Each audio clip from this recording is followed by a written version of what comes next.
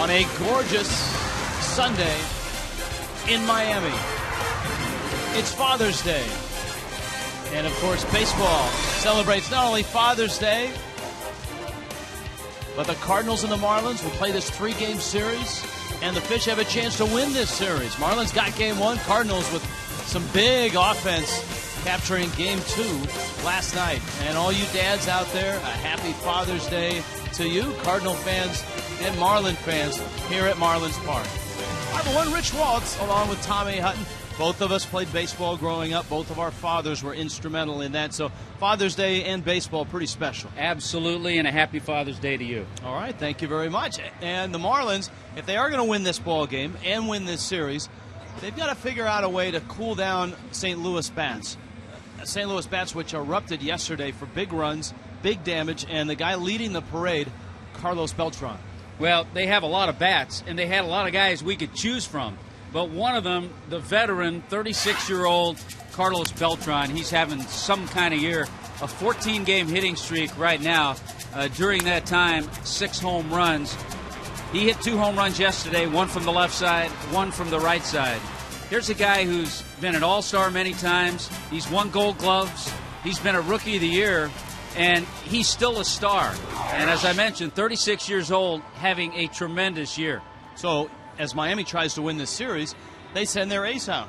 Ricky Nolasco gets the ball for the Fish. Here's the pitching matchup as the Fish and the Cardinals finish off this 3-game set. Yeah, it's Tyler Lyons, a young left-hander who's getting a chance to make his 5th start. First 2 were really good. He struggled a little bit lately. Ricky had some problems last time out against Milwaukee. Gave up 10 hits in a little over 5 innings. He wasn't as sharp as we've seen in the past. That's our Coventry Healthcare pitching matchup. Lyons and Nolasco, Marlins and Cardinals on a Father's Day here in Miami. Well, Father's Day reflections from the field, from the clubhouse, from the manager's office.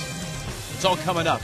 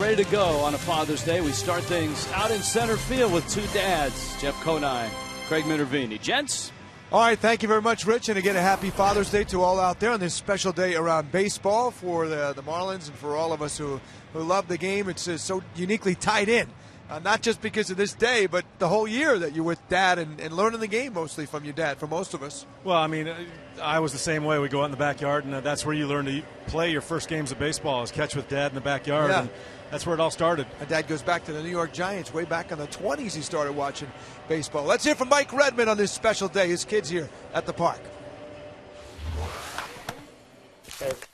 They're so excited to be out here on the field and to be in the clubhouse with the guys. And you realize that, and you know what, I think too, that it's good for the players.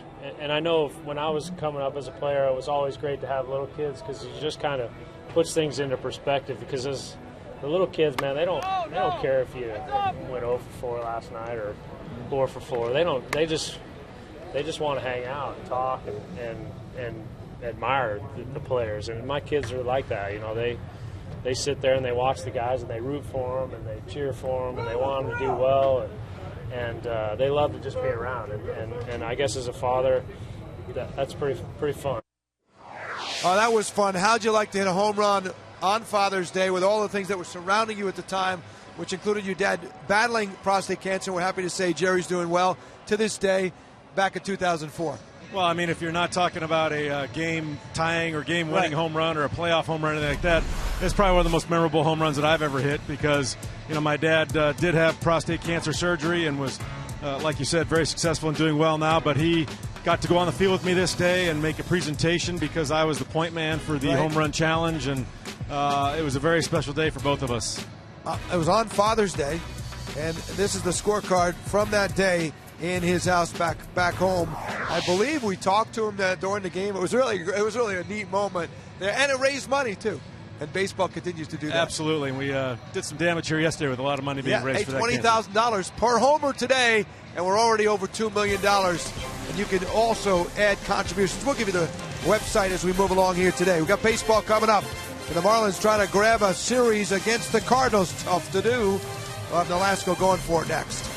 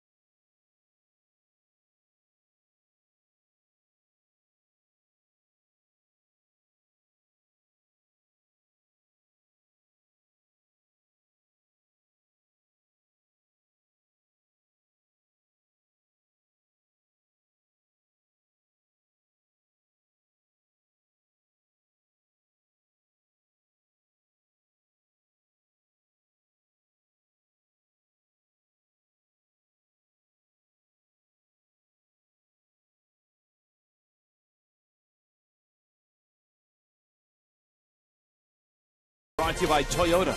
Let's go places. By AT&T UVerse TV. Check availability 1-800-PICK AT&T. Rethink possible. By Just for Men Auto Stop, the foolproof way to get rid of gray. And by Checkers. Feast on.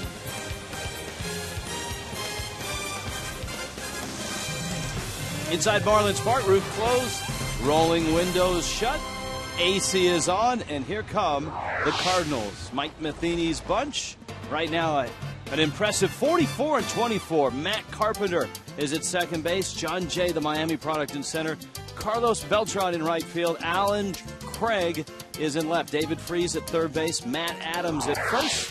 Daniel Descalso, Tony Cruz, and Tyler Lyons will follow.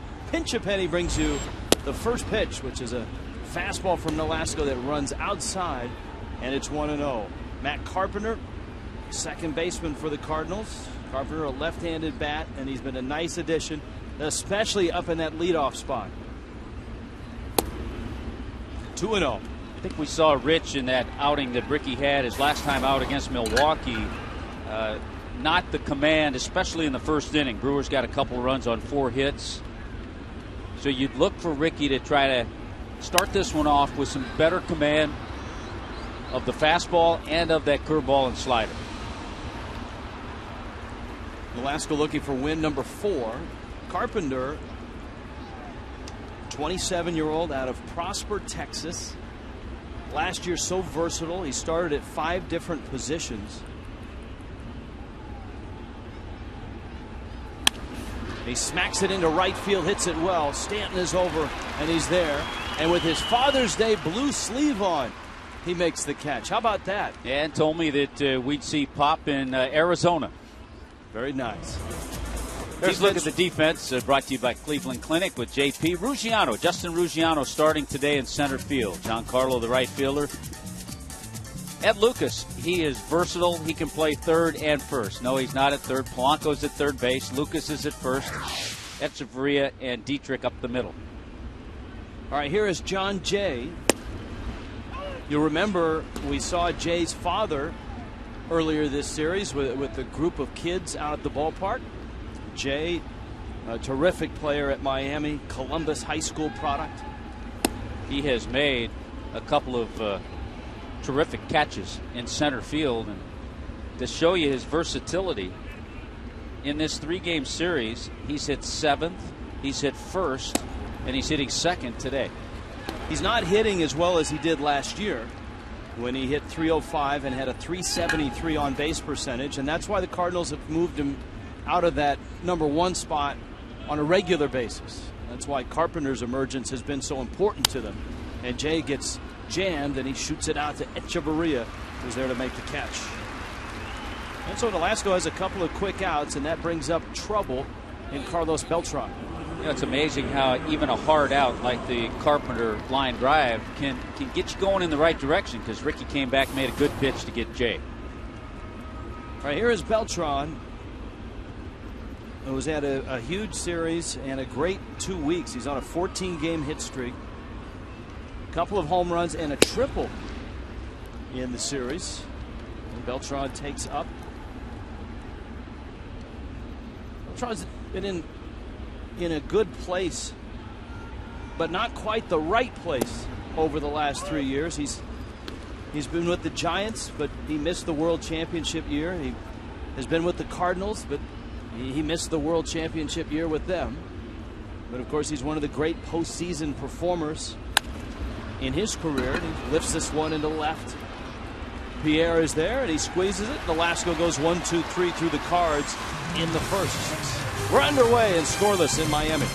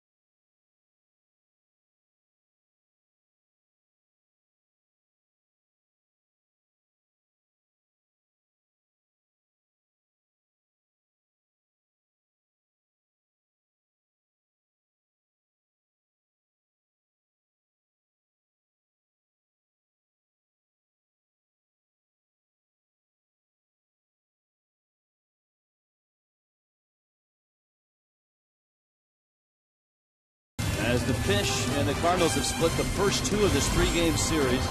That is Tyler Lyons, a 25-year-old out of Lubbock, Texas, who played his college ball at Oklahoma State, another in the long line of Cardinal young pitchers that have been thrown into the fray because of an injury in the rotation.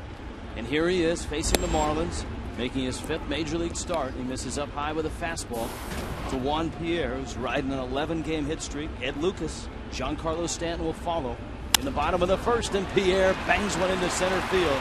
The renaissance of Pierre at the plate has brought him from the depths of around 200 now, closing in on 260.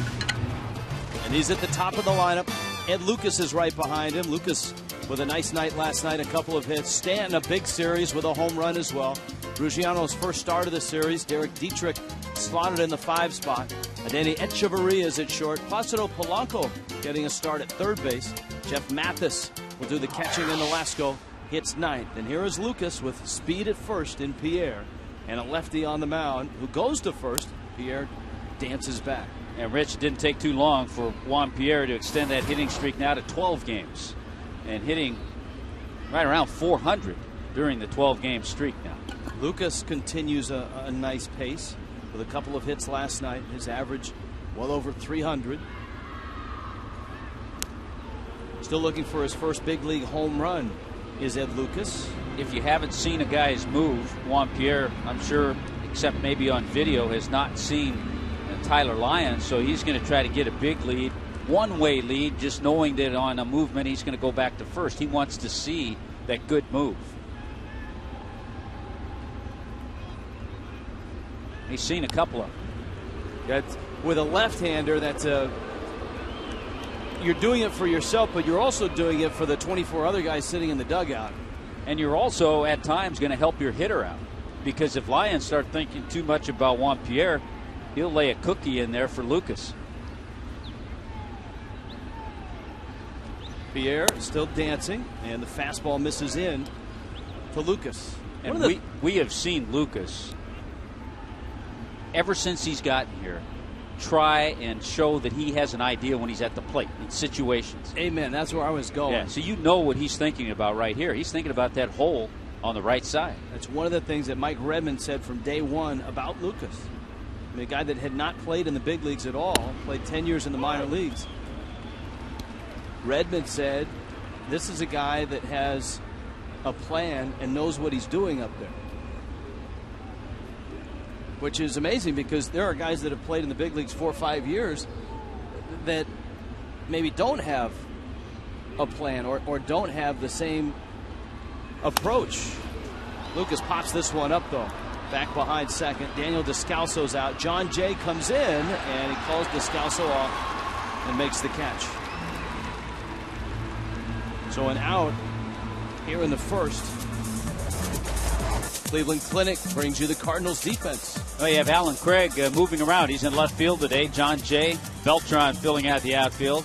David Freese, Descalso, who played second yesterday, is at short today. Matt Carpenter, Matt Adams, and Tony Cruz behind the plate. Now Stanton, who said after last night's ball game he feels like he really is locked in right now, which is in stark contrast to his early April at bats. And the results show. Well, you talk about locked in, just a rocket to right center field over the 392 sign, probably 6 or 7 rows.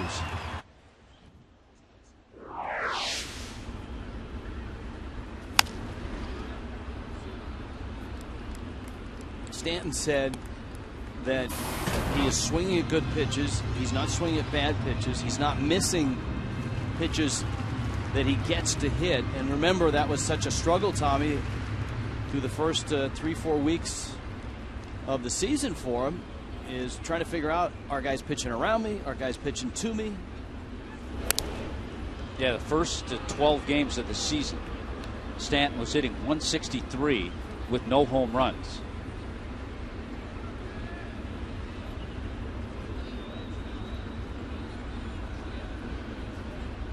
Ball and a strike. Pierre at first.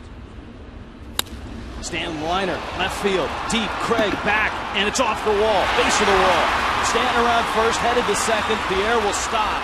That ball was hit so hard that even with Juan Pierre's speed, he didn't score. And I think Alan Craig felt when it left the bat, he had a chance to catch it. But a line drive off Stanton's bat is no ordinary line drive. Most line drives off Stanton's bat carry over outfielders' heads. And you're right, because Alan Craig, who last 2 games of this series played first base, and he's playing deep and still can't get to that ball. And you're right, it was hit so hard that Juan Pierre goes first to third, but just another ball. And look at the pitch. He's not going to miss that pitch. And that's what he was talking about. When he gets that pitch to hit, he's been on it. Now a big at bat here for Ruggiano. Middle of the infield is back. There's 1 out.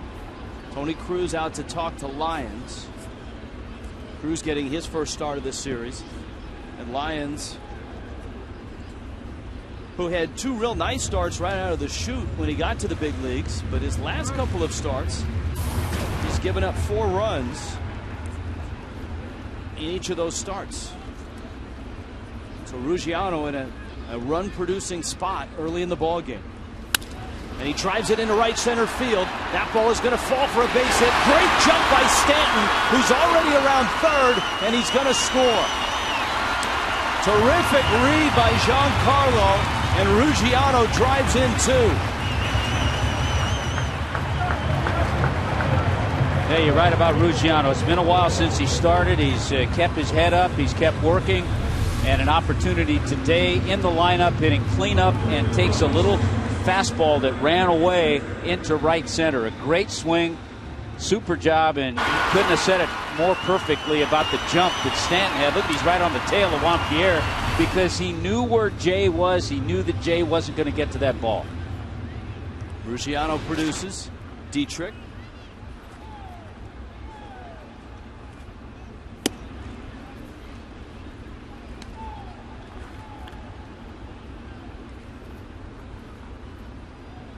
See him asking for time. Waiting for Joe Espada to roll through the signs at third base. A big swing and a miss and an off-speed pitch. This is a great shot. Watch Giancarlo. 1 look, turns and goes. See, in the back of his mind, he knew where Jay was. All he needed was 1 look, and that's what he did. Took a peek and took off. Great lesson for kids. Runner goes. Ruggiano, big jump, and he is in there with a stolen base. You can thank Juan Pierre somewhat for Ruggiano's stolen base. Ruggiano got a look. Remember, at Lyons moves to first. Pierre was able to show it to his teammates. First motion, Ruggiano was gone. Ruggiano second on the club in stolen bases. That's number 8 on the year.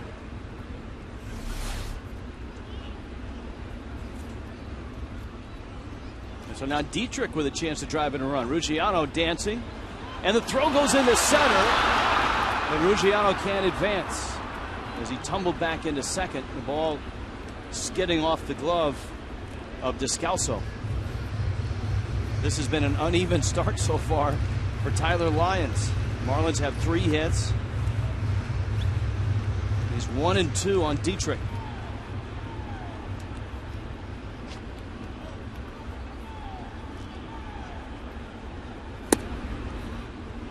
Derek takes down low. Lyons made his major league debut on May 22nd. Gave up a run in 7 innings. Beat San Diego in San Diego 5-3.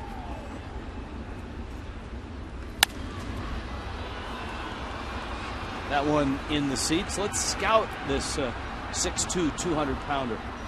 Yeah, a pitcher making his first appearance against the Marlins. A little hesitation. I think we've seen that in his delivery. He uses all 4 pitches. And back in the rotation. He was in earlier, had a couple of terrific starts in May, filling in for Jaime Garcia, who's on the disabled list. Dietrich takes in 3 and 2.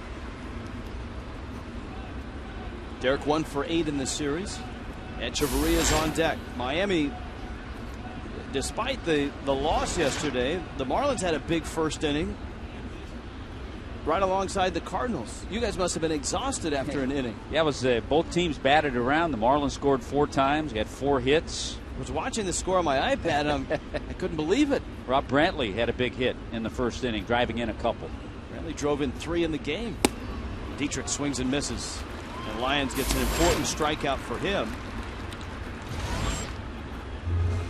Right now, Ricky Nolasco is looking up the scoreboard, can't believe his eyes. 2 runs. Well, we showed you earlier on Marlins Live the run support that Nolasco has received this year is the absolute lowest in Major League Baseball. He's going up against a very hot offensive team in St. Louis. Cardinals scoring 13 runs last night. Marlins won Friday 5-4. Echeverria with 3 hits in the series. Actually, though, I say that about Ricky. He's really not, because he's going about his business the way he has all year.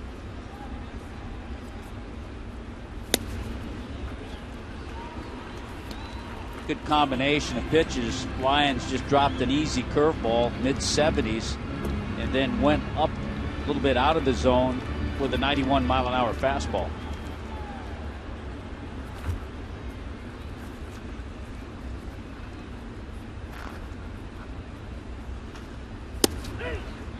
Got him. Echeverria, backdoor breaking ball, called out on strikes. 3 hits. Giancarlo Stanton a double. Pierre extended his hit streak. And then Ruggiano drove them both home. 2-0.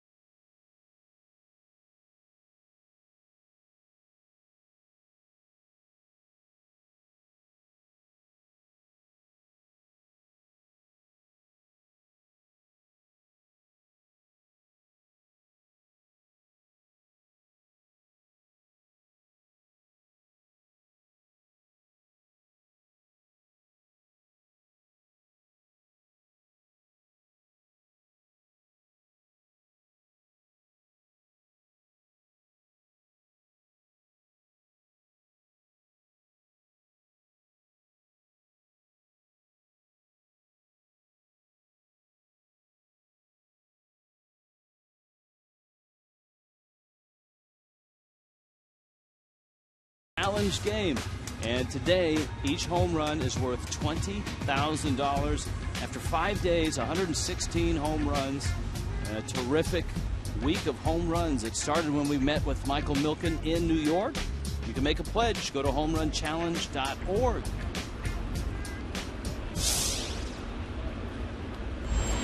Down to Lasco. Continues into this Cardinal lineup, which is just filled with hot hitters.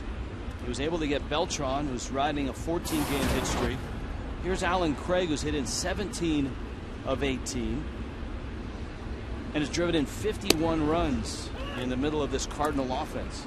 Boy, to give you a little contrast, we talked about Ricky's start against the Brewers. He threw 33 pitches in that first inning against Milwaukee. And today, 11 pitches to get through the Cardinals in the first inning. Craig had a terrific year last year. And he lifts one in the air. Shallow left. Pierre rushes on. Run support is something a pitcher cannot control. What he can control is how he conducts himself, and Nolasco has been terrific at that this year. You know, I think the interesting thing, first of all, that there are Marlins on both ends of that. Secondly, you have some outstanding pitchers on some pretty good teams. Clayton Kershaw, Chris Medlin with the Braves. Chris Sale had a game the other day, struck out 13. I think got the no decision. Now David Freese. Freese yesterday, 3 hits and a home run. Of course, he was the postseason hero in 2011. National League Championship Series and World Series MVP. He had 25 postseason hits. It's amazing. Hey, he's 5 for 6 in his career against Ricky. He's had a solid series here, too. He was the final vote guy last year in the All-Star game. So he was the last guy in for the National League. And Freese fouls it off. Is that the last guy standing? You know, and he's not quite of Evan Gattis' stature in terms of walking away from the game for 4 years. But remember when Freese was coming out of Wildwood, Missouri, going to go to the University of Missouri, he quit the game for a spell. Ended up at the University of South Alabama. One of the things that Freese has battled over his career, lots of injuries. The Cardinals have just tried to keep him on the field. Ankle injury, toe injury, had a broken hand. Pulls a breaking ball. Polanco approaches and gets the out. So Nolasco has retired all 5 that he's faced. Marlins.com is your one-stop shop for breaking news, tickets, sweepstakes, merchandise, and more. Check out the new Marlins Park seat views for an interactive 360-degree experience from anywhere in the ballpark. Pick out your seats, purchase tickets, and it's never been faster or more convenient. Go to Marlins.com today and you'll see vintage shots like this of a young Jeff Conine. That's his rookie card in front of some fine resort here in South Florida. Not sure which one. We've been told by the crack staff that his rookie card was actually shot in his native California. Somewhere in California.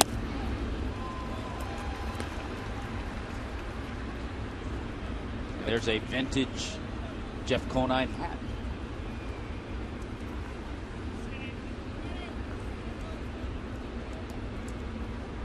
Here's the 1-1.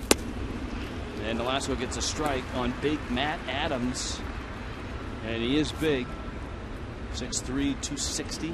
This is a guy that they try to get in the lineup as often as possible. He can play first base. That's why Alan Craig's in left. Holliday getting the day off. Matt Holliday and Yadier Molina not in the lineup today. You see throughout the Cardinal lineup guys who were the Cardinal minor league player of the year. Carpenter was a minor league player of the year. Adams was a player of the year in 2011. Yeah, this is a guy, one of those guys you look at his minor league stats and wherever he's been, he hit. I mean, his career average in the minor leagues is near 320. Well, and the number that really pops out is the RBIs in the minor leagues. He averaged an RBI every 4.91 at bats. He bangs that one foul and out of play.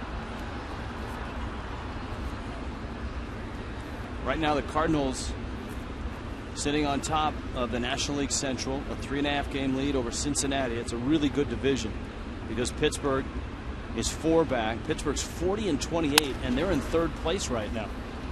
Dietrich gets around it. The big man gets down the line pretty well. Ricky, 3 up, 3 down again here in the 2nd.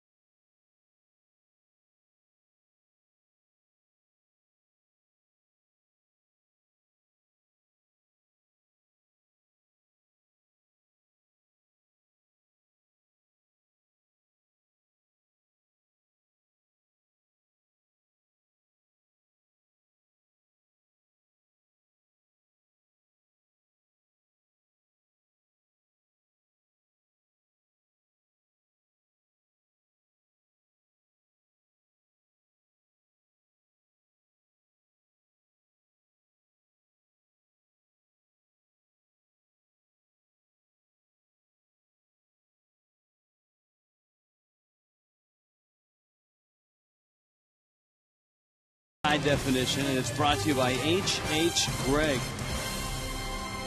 Wherever you are on this Father's Day, glad you're with us. Rich Waltz, Tommy Hutton, Craig Minervini, Jeff Conine. And yes, Major League Baseball not only saluting fathers across this great game, across this great land, but also continuing to raise awareness and money for prostate cancer research. Placido Polanco, Jeff Mathis, and Ricky Nolasco here in the bottom of the second. Tyler Lyons delivers. One of the things we didn't tell you about Tyler Lyons, a pretty good athlete. He was an all-state quarterback in Texas in high school. He grew up in the Lubbock area.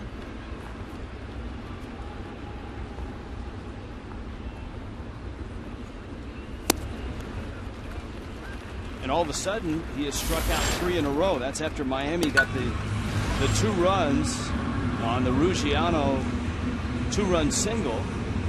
But Dietrich, Echeverria, and now Polanco have been struck out. Well, we told you he had all 4 pitches, and we've seen them all. We've seen the fastball. We've seen some curveballs. We saw a backdoor slider that struck out Echeverria. And we've seen a couple of changeups. Now Mathis.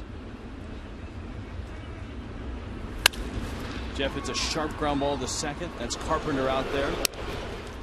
And he throws him out. So 2 outs for Lyons. This copyrighted telecast presented by the authority of the Marlins may not be reproduced or retransmitted in any form, and the accounts and descriptions of this game may not be disseminated without the express written consent of the Marlins. Here's Ricky.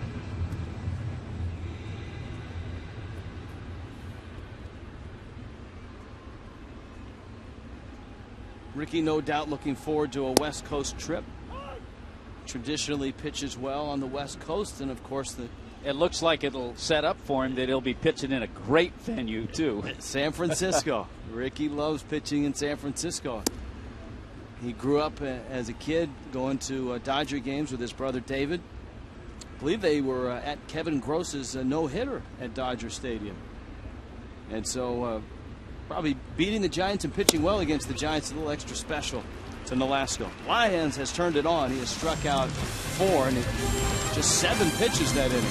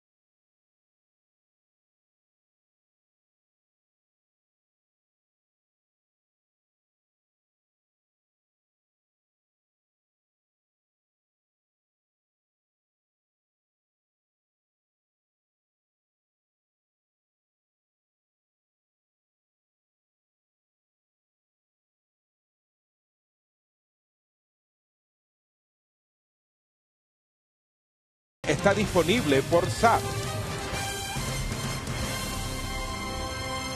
Welcome back to Miami. Ricky Nolasco on the mound, and the Marlins have a 2-0 lead. Nolasco has looked sharp, and this is a popular spot for not only fathers but scouts, many of whom are probably fathers, but they're here to see not only the Cardinals and the Marlins.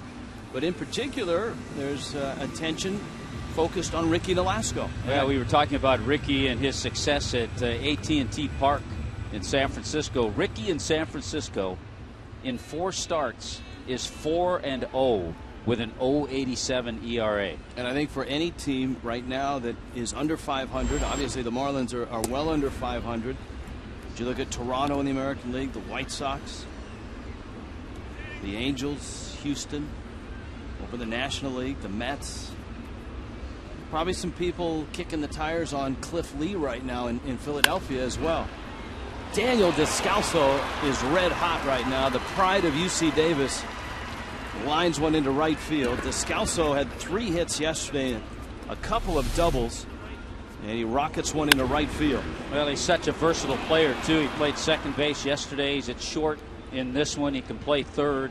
We did mention that yesterday, Rich, the UC Davis connection. Thank you. Thank you. He only hit about 80 points higher than I did in his career. He was a 400 hitter. I believe he still has the record. Tony Cruz now. Pop up, and it should be playable. Polanco is there, and he makes the catch. AT&T U-verse brings you the Twitter poll. Should Giancarlo be invited to the home run derby? Hashtag fish slugger, that's yes. Hashtag not now G. I get it. G for Giancarlo. Not now G. Which some guys call him. A lot of guys just say, hey, G. A bunt. Polanco fields, flips to first in time to get Lyons.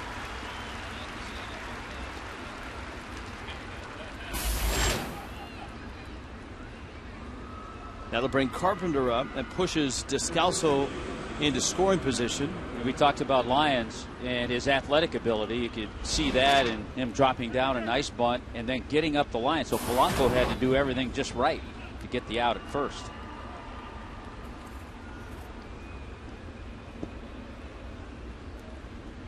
Carpenter hit a seed out to right that Stanton caught for the first out of the ball game.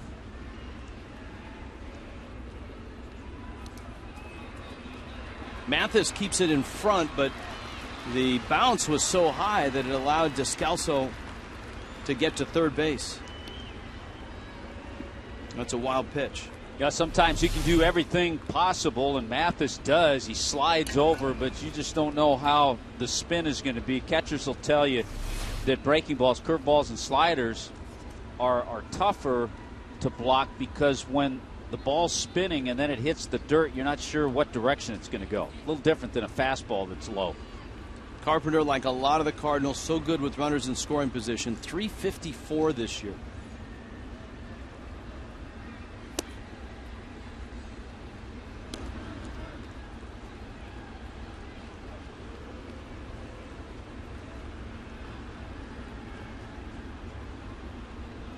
Descalso, who had another terrific postseason last year.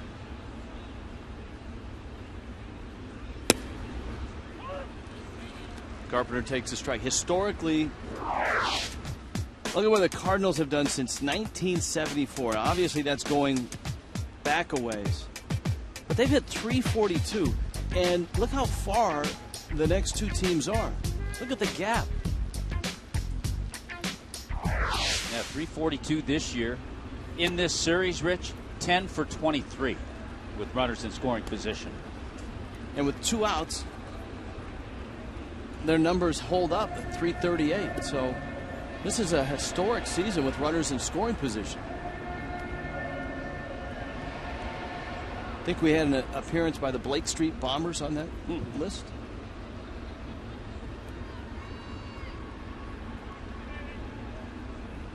Counts 3-1.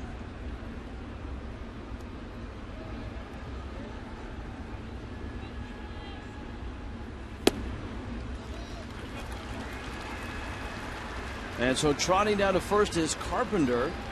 Nolasco will face John Jay And the Cardinals have runners at the corners. Ricky doesn't walk many. This one might have been one where he was a little cautious with Carpenter, especially after his first swing and the damage he's done this year.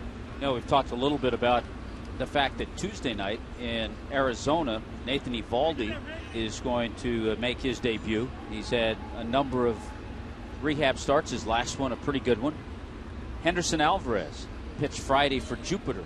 5 very good innings, shutout innings for Jupiter.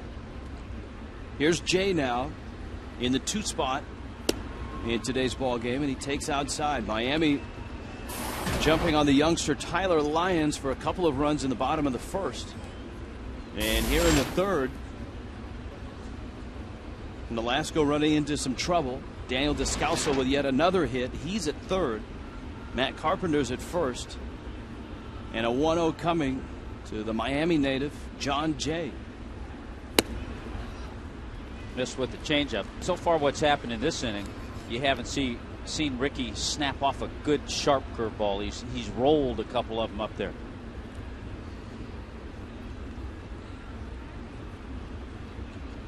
Jose Fernandez and the Marlins won on Friday. Last night, big nights for a lot of Cardinals. Carlos Beltran, David Freese. Cardinals won 13-7. And Nolasco all of a sudden can't find the plate, which doesn't often happen to Ricky. And Mathis is out for a visit. When the last guy Ricky wants to see with the bases loaded is Carlos Beltran. Chuck Hernandez, pitching coach. And a proud dad.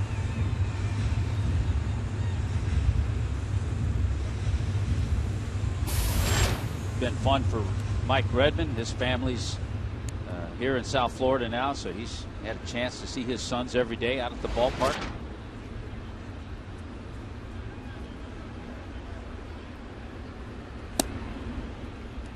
Chris Cuccione, home plate umpire, with a strike call. So you'd have to think now, if you're John Jay, you're going to see another fastball because Beltran's on tap.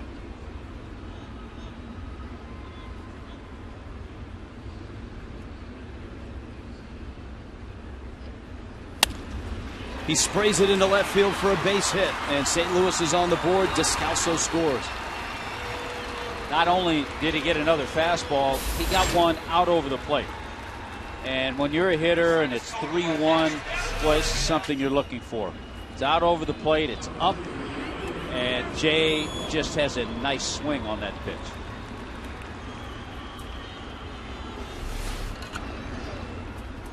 You can see the Randi Institute Fox tracks. Whether that's how they wanted to work Jay or whether Ricky was just missing away, it's tough to tell.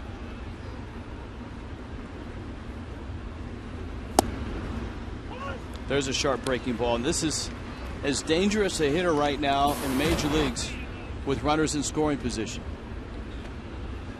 National League's best. 469. The only hitter in baseball with a higher average with runners in scoring position. Take a guess. Miguel Cabrera.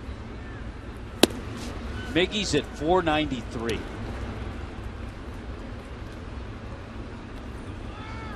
Freddie Freeman with some big hits and a big one yesterday. Yeah, he had a game winner last night to beat the Giants.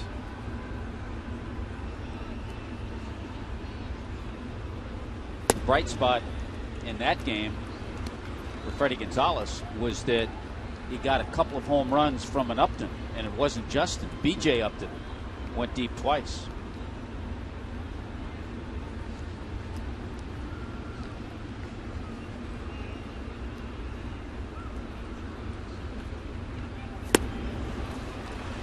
Good changeup. And 2-2 to Beltran. Some scouts will say, is that a split? Is that a changeup? Well, it's both. It's Ricky's version of a changeup, but it's a splitter grip.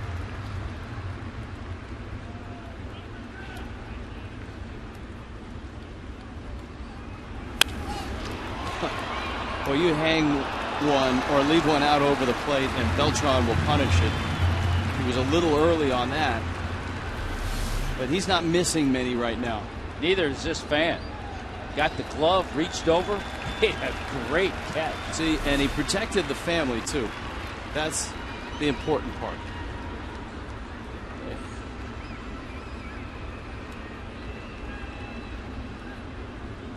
2-2. Breaking ball, he struck him out. Velasco strikes out Beltran, but the Cardinals get on the board. John Jay drives in Daniel Descalso. It's 2-1.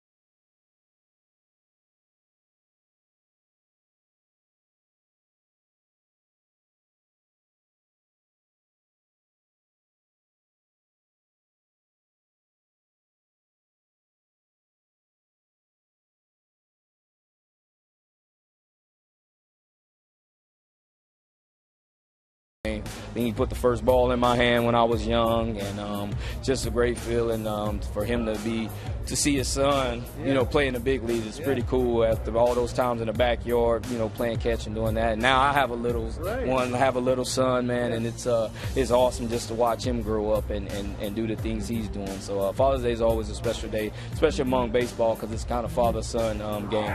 Thanks. And for JP, his youngster was able to watch him extend his hit streak to 12 games with a line drive single back in the first. Pierre is locked in right now, and Lyons bends one in there for a strike to open the bottom of the third. 2-1, Miami on top. Marlins got 2 in that first. Cardinals getting 1 back the top of this inning. Slow roller out to second, and Carpenter throws out Pierre. So an out for Tyler Lyons. Ed Lucas, Giancarlo Stanton coming up on Father's Day. The Marlins are headed west to Arizona and then to San Francisco. 3 in Arizona, 4 in San Francisco. Yeah, 2 really good teams. We'll see some good pitching, and we'll see quite a contrast in weather.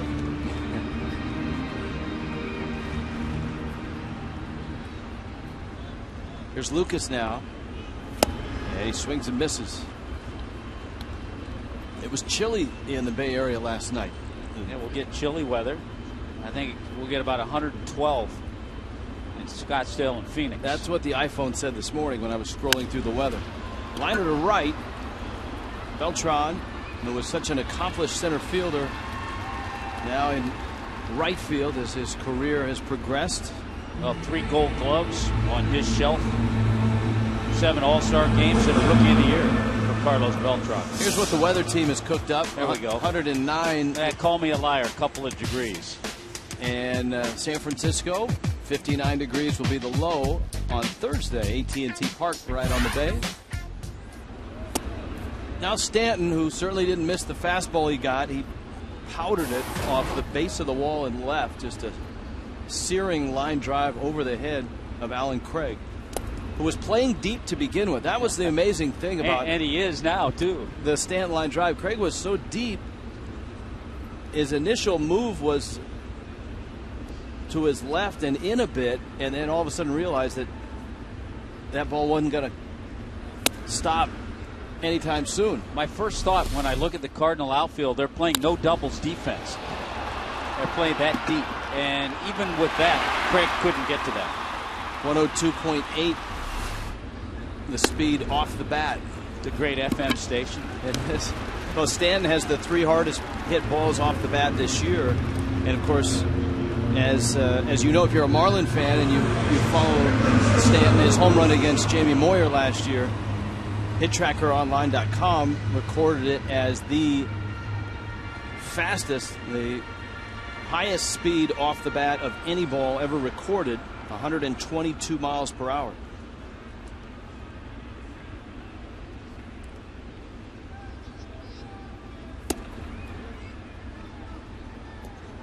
Talked about Ruggiano not getting a lot of playing time, just 16 at bats, 17 now in the month of June, but he's 6 for 17. He's made the most of an opportunity that he hasn't liked, but he's worked hard. And Ruggiano driving in 2 in the first. Well, that's how Ruggiano's had to do it his entire career. You know, coming up in the Rays organization with all that outfield talent in front of him. He continued to put up numbers in the minor leagues. Finally got his chance last year with Miami and certainly took advantage of it. Hops that one into right center field. Beltran and Jay. There's the center fielder in Beltran. I used to be able to call you off on that. 2-1 Miami.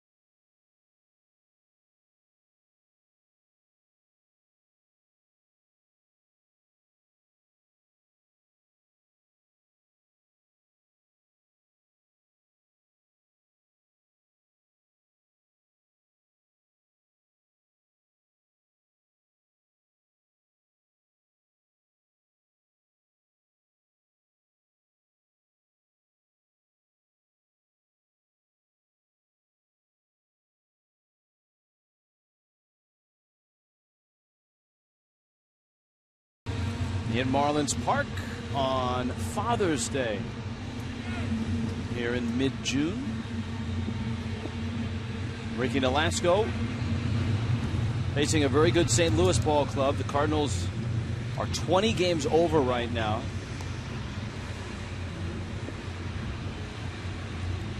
And Nolasco gets the teeth of the order in Alan Craig, David Freese, and then the big first baseman Matt Adams.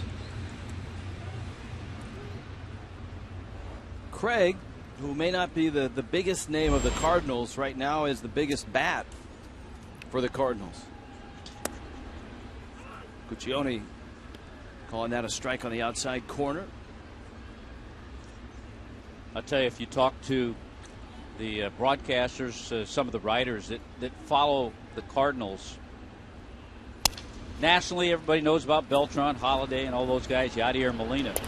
But Alan Craig is the guy they want to see up there with runners in scoring position. Well, Ricky has been able to get him twice, that on a weak ground ball. So there's an out here in the fourth, and David Freese is up. Both Craig and Freese had the great postseasons in 2011. Freese, of course, was the MVP. But remember, Craig in Game 7 had the home run and a home run saving catch.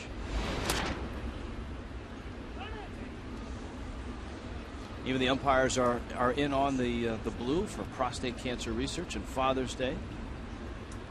See the wristbands and the little ribbon. Of course, the umpires already are decked out in light blue. That's a traditional nickname for umpires throughout baseball history. It can be used in a endearing fashion. Players can say, "How you today, Blue? Good to see you, Blue." And of course, it can also be used in a "Shake yourself, Blue." Well, speaking of shake yourself, Tom Hallion had a foul tip off his mask yesterday, so good to see him out there today.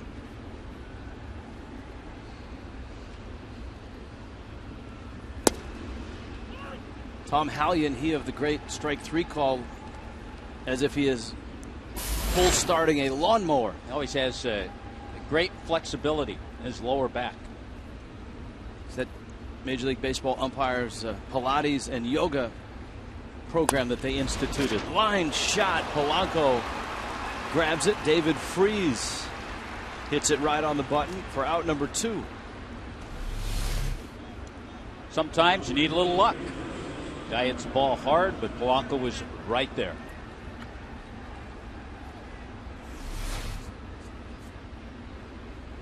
And in the case of David Freese, bad luck.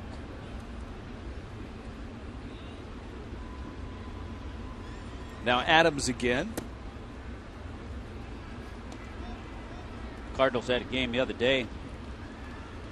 They got home runs from 3 Matts. Matt Holliday, Matt Adams, and Matt Carpenter. I'm sure John Chimchuk, our baseball historian, or someone at the world headquarters of stats was able to qualify that as some sort of baseball record. Yeah, I mean, you look back, and yeah, there was a qualification. There was an instance in 2008 where 3 Chris's hit home runs. Chris Young, Chris Snyder, and Chris Burke of the Diamondbacks. But never a 3 Matt home run. Probably first time a 3 Matt attack. Unless Matt Williams went deep 3 times. Yeah, which he did. But the fun one was 1960. You had Willie McCovey, Willie Mays, and Willie Kirkland. See, Willie Kirkland, I did not have his card growing up in the Bay Area. Mays and McCovey I was in on. Breaking ball misses inside to Matt Adams.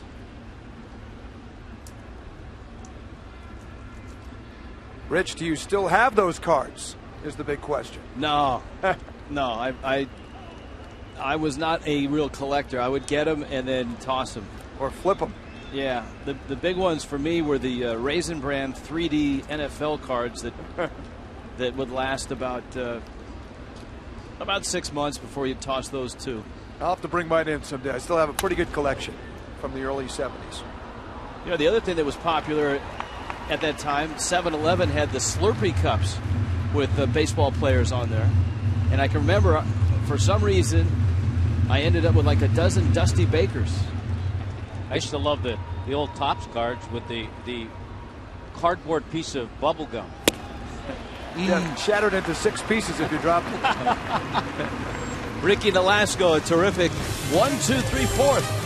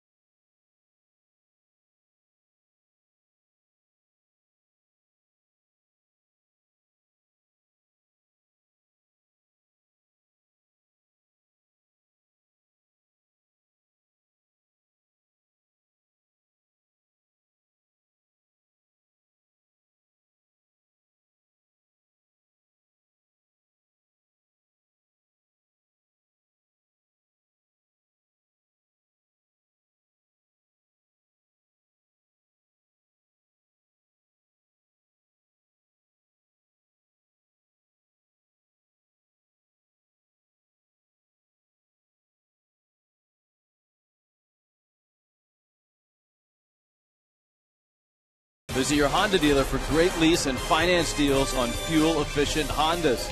And by Kaiser University, now offering degrees in sports management. Learn more at kaiseruniversity.edu. In Miami today on a Father's Day, comfortable and cool at Marlins Park, and a 2-1 Miami lead over the St. Louis Cardinals. Marlins with a chance to win this series. These two teams have split the first two.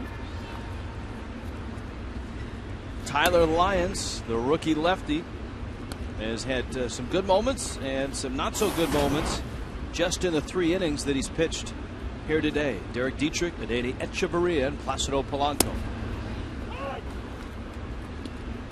Ball and a strike. One of the fond Father's Day moments always talked about in baseball. June 21st, 1964, Jim Bunning's perfect game against the Mets at Shea Stadium.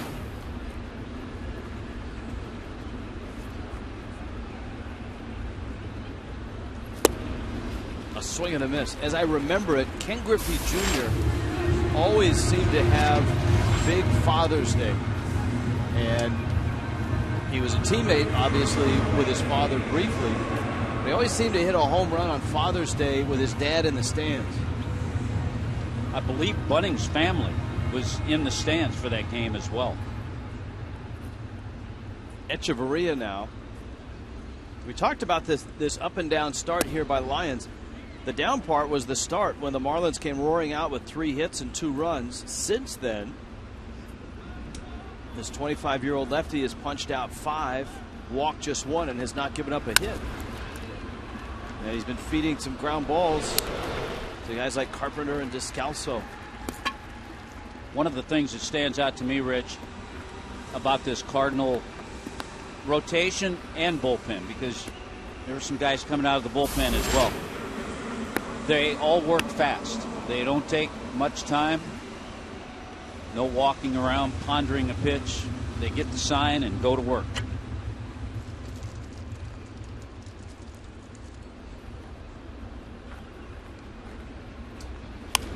Polanco slices one over the head of Carpenter, and it finds a home in center field. Placido Polanco's first hit of the series. Marlins live. And it's driven by your South Florida Honda dealers. Craig Minervini, Preston Wilson, live in the studio. It's 9 o'clock, so we're looking at late night with the fish. Yeah, it's considered, even though we're in the desert, Arizona does not go on daylight savings time. So, yeah, we're late night. We'll get there. We'll get to late night. I was just thinking when we had that shot of Arizona and San Francisco, we'll see Camelback and we'll see Alcatraz. 2 iconic sites in both cities. Camelback Mountain.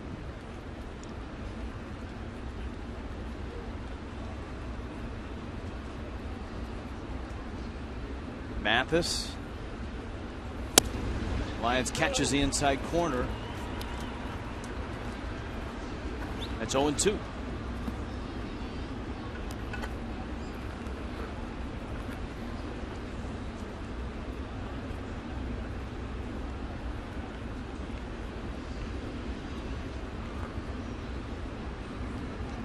Lions 0-2.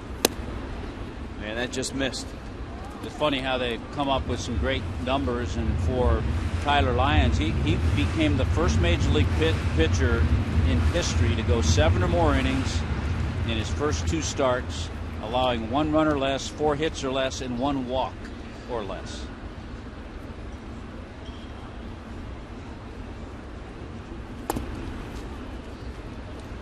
And Mathis takes, and it hits him.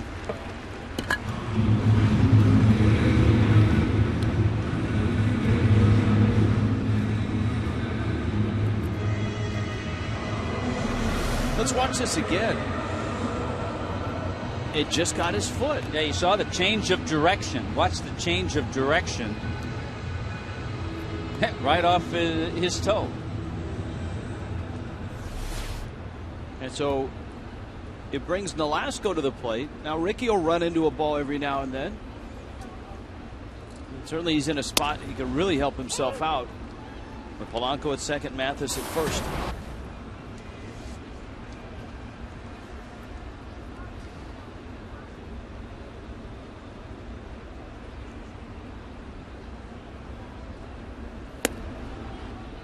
The Lions misses up. Ball and a strike. The Cardinals head home after this game today. They open up a series against the Cubs.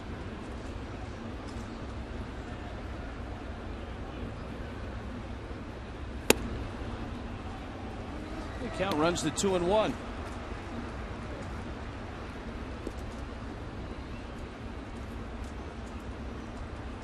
Checkers bringing you Fox Tracks. You see that pitch number 1 was out.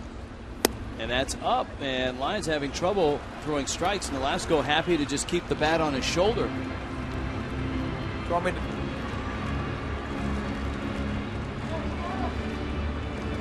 See number 3. That was the pitch called a strike.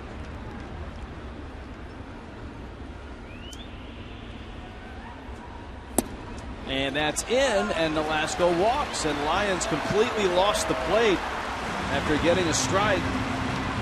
Mike Matheny watching, and Derek Lilliquist, the pitching coach for the Cardinals, is on his way out.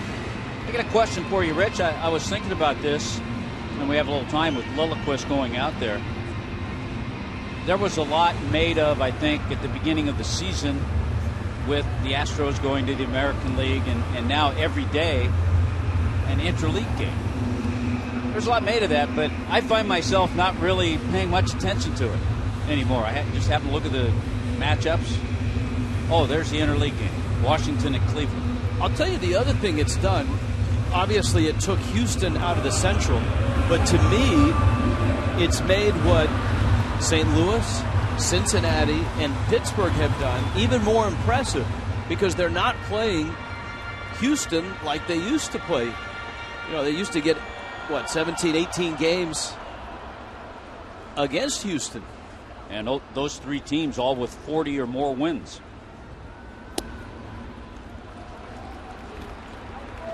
Well, the struggles continue for Tyler Lyons. This is a good guy to have at the plate right now. Pierre's hot. He's hit in 12 straight. That was extended with a single in the first.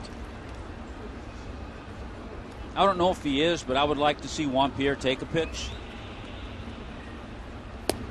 It looked like he was taking all the way until Lyons was able to throw a strike. And oddly enough, he's thrown 2 breaking balls. And I think you heard Pierre with a quick word to Chris Guccione, thinking that pitch was up.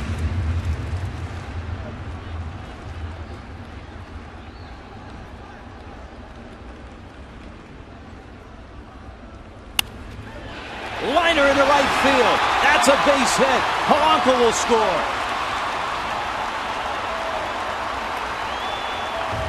Mathis scores.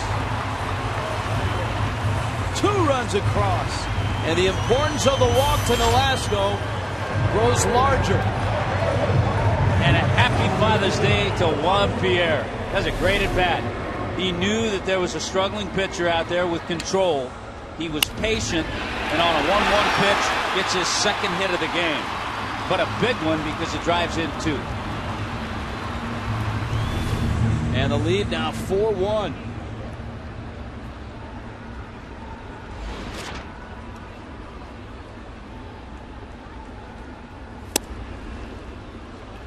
Lucas with a swing and a miss. I think it was safe to say early in the year, when the Marlins struggled so badly trying to score runs or getting 1-2 runs a game, you didn't see that situation. You didn't see a struggling pitcher and a hitter taking advantage of him and getting a key base hit like that. Still got Nolasco at second. Pierre, the trail runner, at first.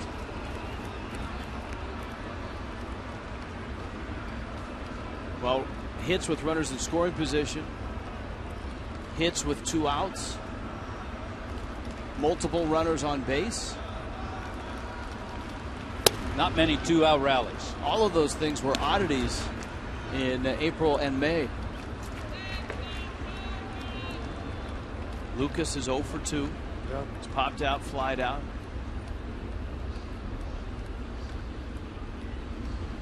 One, two. And a swing and a miss. Lucas strikes out. So Tyler Lyons lost the strike zone when he hit Mathis and walked Nolasco, and it cost him because Juan Pierre knocks in 2.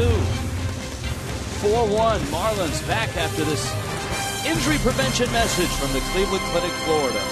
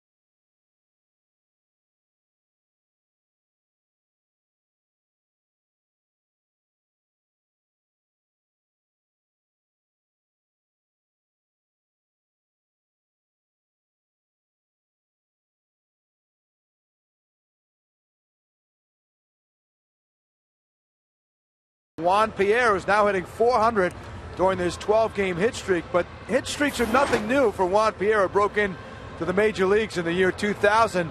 He has had now 15 hit streaks of at least 12 games or more. That ranks him tied for fourth since he came into the league. Look at Ichiro, had 30 of these 12 plus. Jeter, Michael Young above him. Pierre tied with a few guys. Juan Pierre started his career, his all-time best is 16-game hit streak. He's done it 3 times, including the very start of his career. In August of 2000, he came out of the box and got off to a good start with the Colorado Rockies. And one thing JP was telling me is his bunt game isn't quite there yet. He's trying some different things. He's actually only 4 bunt hits in 15 attempts, well below his career average, or about 42% of success. Guys, he said one thing is, for example, he played against Aramis Ramirez the other night, who knows his trends and was moving a little bit toward the pitcher, was able to get one of those slap bunt attempts. So he said, I'm working on it, though, but he's happy to be in this kind of streak. Guys? Yeah, and having a productive Pierre at the top of the order makes a huge difference. Just having Pierre, obviously, anytime Pierre drives in a run, that's gravy, because his job is to get on base. And that was a struggle for anyone at the top of the order, be it Pierre or Polanco in April and May. But June's a different story. And as Craig pointed out, Pierre on a real nice roll. Descalso swings and misses. And he goes down on strikes. Nolasco has struck out the last 2 he's faced.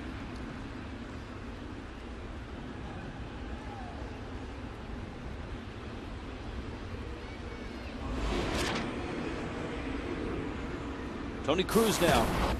Tony Cruz starting for just the 6th time this year. That's how much Yadier Molina's caught. It's a great job to have. Cardinals like him. And he's a South Florida guy, a Palm Beach product. Palm Beach Community College. So he doesn't have to go far for spring training.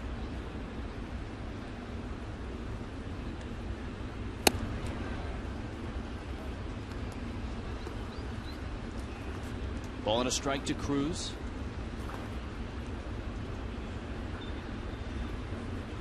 Yeah, last year he appeared in 51 games, had just 126 at bats. And it was his first full year in the big leagues. But as we've talked about, if you're a Jeff Mathis or a Matt Trainer, or a Henry Blanco, and you're a backup catcher, Or a Mike Redmond. and you're solid defensively, and every now and then you can pop one out. Now, Redmond was a terrific hitter in terms of average, more so than any of the names that I just mentioned. Velasco has punched out 3 in a row now.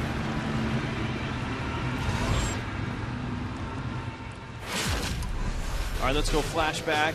One of the great Father's Day sluggers.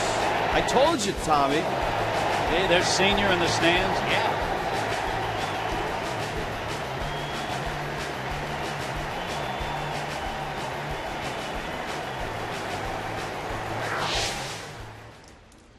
Yeah, Junior always seemed to rise to the occasion. And I think he hit some Mother's Day home runs, too, when Mom was there. He broke it up. He made sure.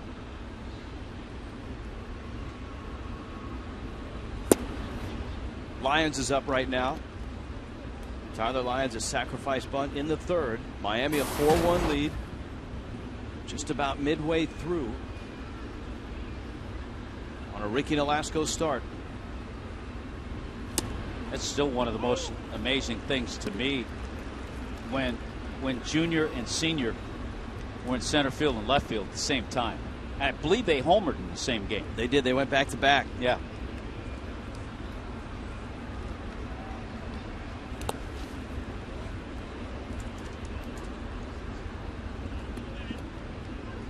Senior at the end of his career, Junior just starting.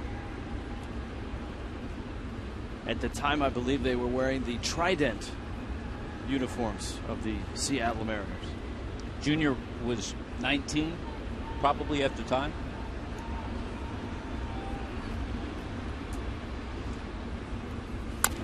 Jim Presley, Marlins former hitting coach, looked good in the Trident uniforms. Ken Phelps. Ken Phelps, yeah. Ken Phelps. Remember the great Seinfeld episode? Why'd you trade Jay Buhner? Jay Buhner had a rocket for an arm. Ken Phelps. 2-2.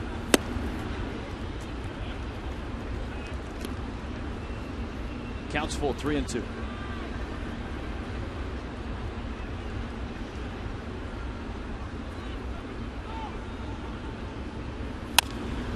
Ricky gets a chopper over the middle. Dietrich backhands. And Nolasco cruising through 5 with a 4-1 lead. He's got runs today, folks.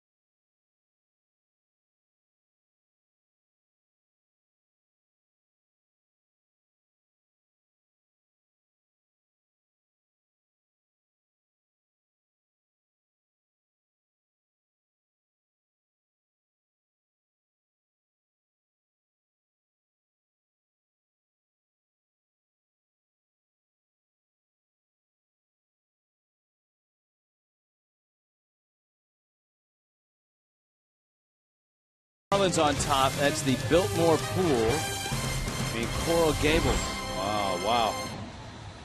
You got to just think if you were the pool boy for that. That would be a tough job. Time now for the Just for Men Auto Stop Foolproof Stat. Father's Day nicknames. Well, you got Pops, Big Poppy, Big Daddy, Rick Rushell, and Cool Papa Bell.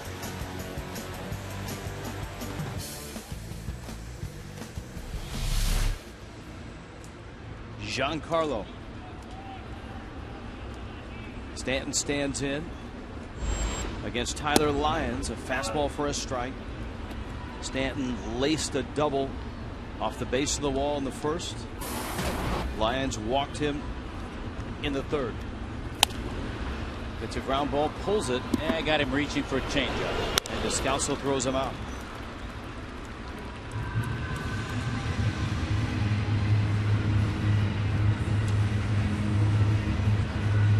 You can bring your bunch out to see the Marlins, and there's a variety of affordable group packages. Marlins Park obviously has air-conditioned comfort, incredible food and beverage options, and premium group entertainment. Reserve your group today, 1-877-MARLINS, or go to marlins.com/groups.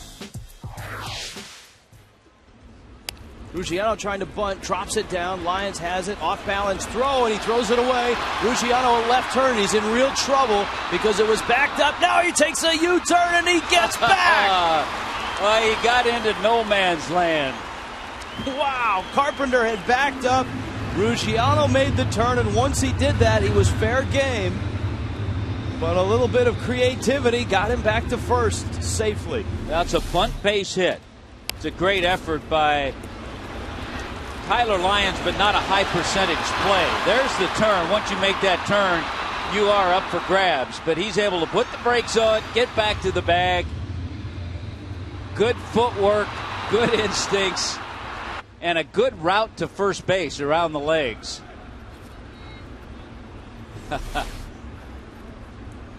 Ruggiano at first. Now remember, he stole second, and he did it on first motion. And good job, too, by Ruggiano to drop that bunt down, knowing and seeing that Freese was playing back.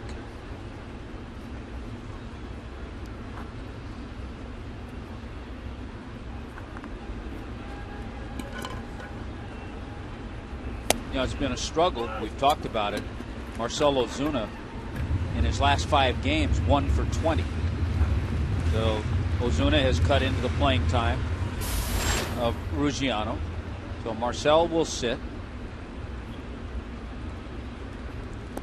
Look at that, Father's Day.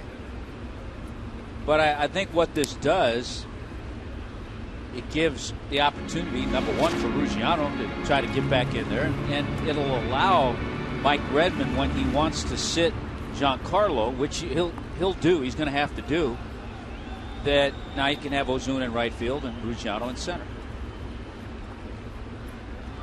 Well, Ozuna has struggled, and Derek Dietrich has hit a bump in the road. Yeah, he has. He is 2 for his last 18. He has struck out twice in this one. And that's not unexpected. You know, young players, their first year in the big leagues, there are very few of them that are going to hit 300 from the get-go and stay there. You have to learn to adjust to those bumps. And keep your hand on the wheel, keep it moving forward, make some adjustments.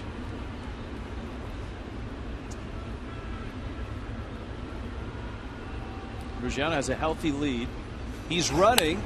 Oh, and Dietrich fouled it off. Another good jump by Ruggiano, who is as good an instinctive player as you will find, both in the outfield and on the bases. We see that in his routes, in chasing down fly balls, and we see that not only in steal attempts, but going first to third, scoring from second base.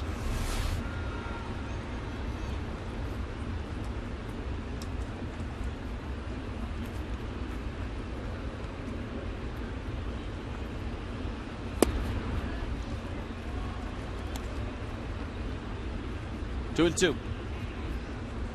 So a pair of strikeouts. Joe Espada from across the diamond. Marlins with a chance to beat the Cardinals in this ball game and win this series.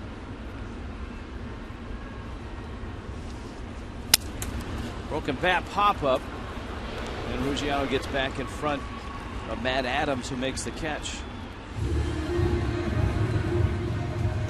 FPL scoreboard, scores from around the league. What's going on right now? The Mets are at home but trailing the Cubs 3-0. They're delayed in Pittsburgh. Reds on top of the Brewers. You got night games, or a night game in Atlanta and afternoon games in San Diego and in Colorado. Colorado banged out a lot of hits the other night against the Phillies. Tyler Colvin, Carlos Gonzalez, Willeen Rosario, who's having another solid year. Rockies and Giants are a game and a half behind Arizona. How about San Diego for the first time in 2 years getting to 500? They're 500. 34 and 34. Hey, you were mentioning the Marlins with a chance, still some baseball to play today, to win this series. The Cardinals this year have only lost 2 series. First 3 games they played were against Arizona. They lost 2 out of 3 to open up the season. And then they lost the series, a 3-game series, to the Pirates in late April. Echeverria. Ruggiano still measuring Lyons. Counts 2-1. Obviously, he'd like to get to second here with 2 outs and give Echeverria a chance to drive in another run. Yeah, wouldn't be surprised to see him try to take off here.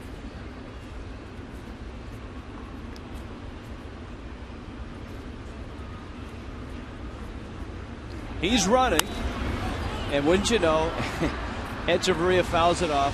Ruggiano had another terrific jump. I'll tell you what, he is getting a great read off Lyons. So whatever it is that he's picked up, he's gotten a couple of great jumps.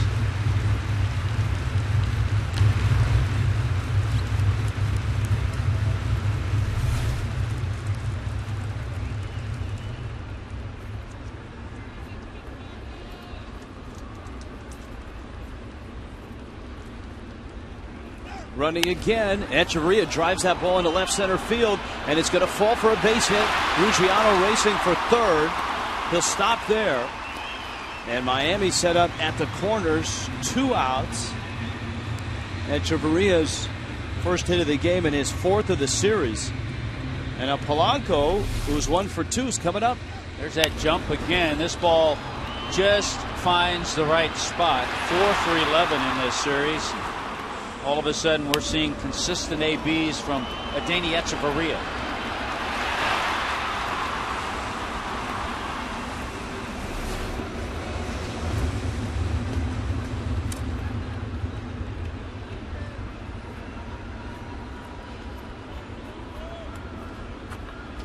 Polanco.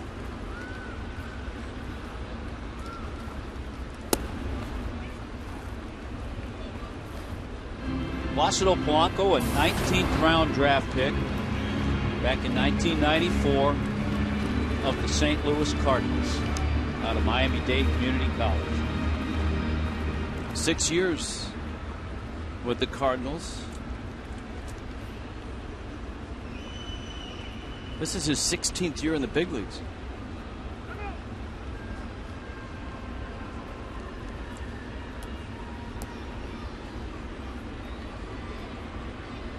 Cruz and Lyons for a chat. Want to know the count. Cardinals bullpen is active now.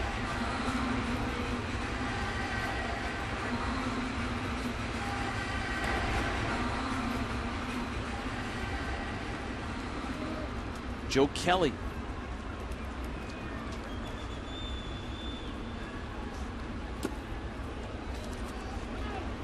That changeup is buried and it's 2-0.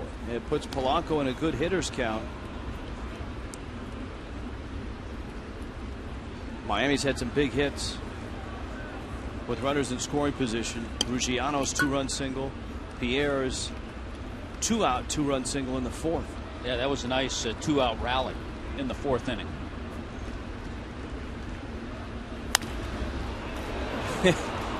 What an adventure it's been for Ruggiano on the bases. First it was that wide turn at first and the scramble to get back. Then the great jumps that he had. He never was able to steal the bag, but he had the bag stolen at least a few times. And now this. He has been active, to say the least.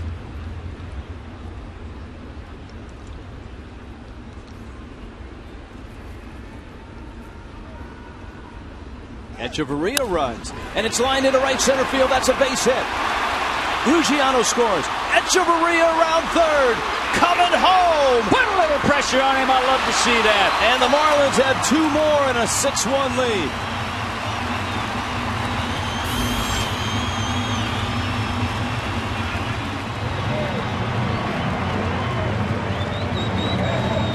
I love the movement on the bases. Mike Redmond has his ball club taking it to the St. Louis Cardinals. Pitch out over the plate with Echeverria on the move. There he goes. He picks up Joe Espada. Ruggiano scores easily. But now watch Echeverria. Sees the ball, looks, picks up Joe. He's waving him home. And on that base hit, 2-run score. 4 of the 6 runs today have scored with 2 out. So Polanco drives in 2. Mathis now hit by a pitch his last time up. And Polanco is in scoring position. He took second on the throw. Ball and a strike. And we told you that Tyler Lyons was very good in his first 2 starts. But the last few starts were not so good. Well, they lost in Cincinnati last time out. Gave up 6 hits and 4 runs, a little over 5 innings.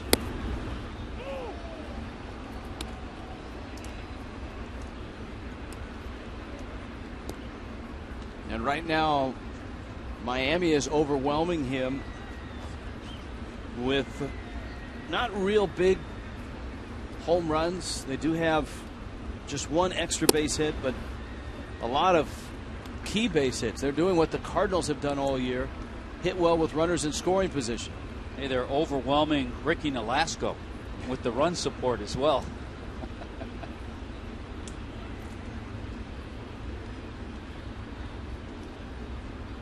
Another runner still out there. And that one lined to left. Craig makes the catch. And so Miami puts 2 more on the board. This time it's Polanco with a big hit.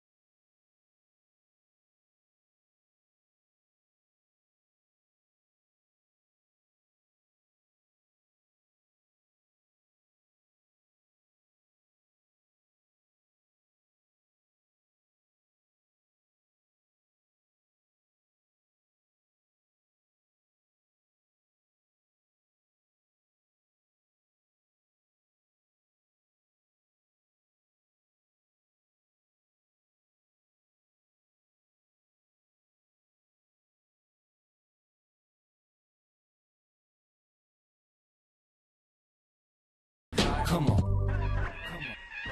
I'm in love with a girl that I call old school. Sipping on my brandy, I'm feeling brand new. Got the feather in my hat because I'm just that cool. You peeping at my alligators, been kinda slew. They peeping at me pimping cause I got all the game. And even if the day change, it's all the same. Boy, that music, that fits Ricky Nolasco, whether he's pitching against the Cardinals with a 6-1 lead or whether he's walking in downtown Cincinnati with the cool suits he always buys in Cincinnati. A little old school dropped in there, too. Well, Nolasco with 6 runs of support, and he's kept the Cardinals to just 1. But he's at the top of the order here. Matt Carpenter, John Jay, Carlos Beltran in the top of the 6th inning.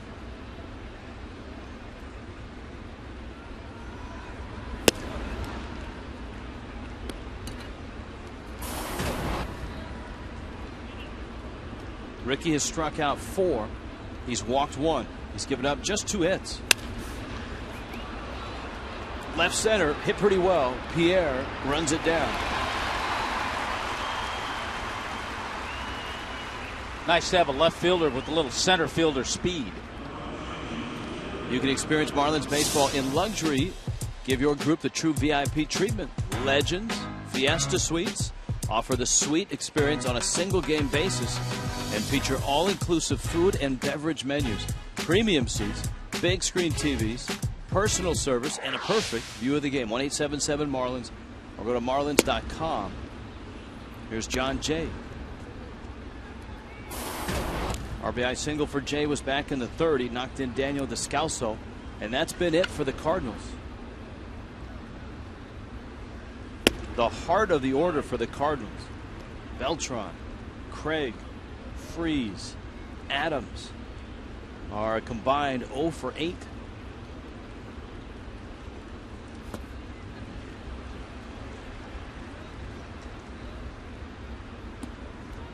One and 2.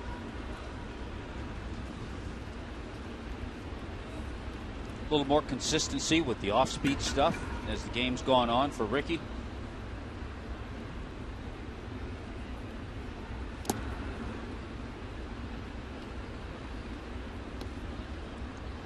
Nolasco, of course, the Marlins' career leader in just about every significant pitching category.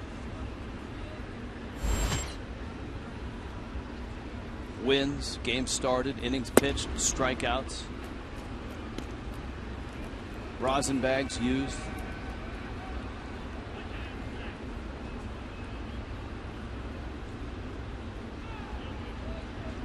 He's been consistent. That's why he's been able to put up those numbers.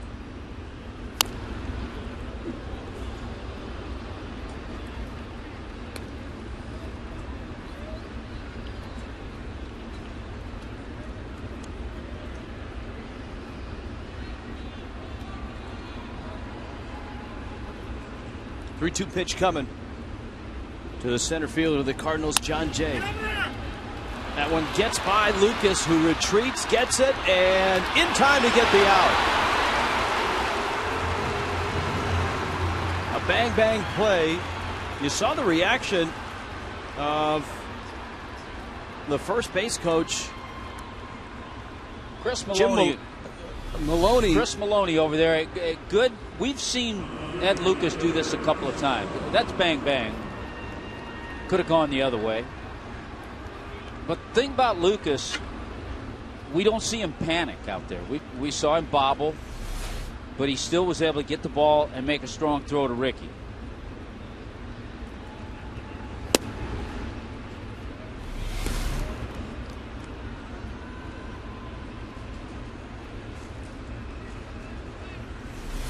Pretty much bang bang. Beltran reaches down and lines one foul.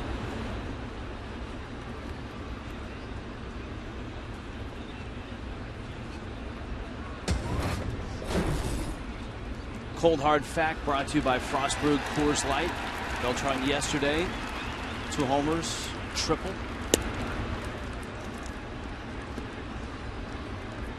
'36th multi-homer game. And it's the 11th time he's done it from both sides of the plate. Alasko has had his number. He's 0 for 2. He struck him out his last time. Yeah, and in his 14-game hitting streak, he's had 8 multi-hit games during that time. So he's not just getting 1 a game. Smacks it out to left. Pierre is waiting. And Alasko on a nice roll right now. He's retired 10 straight.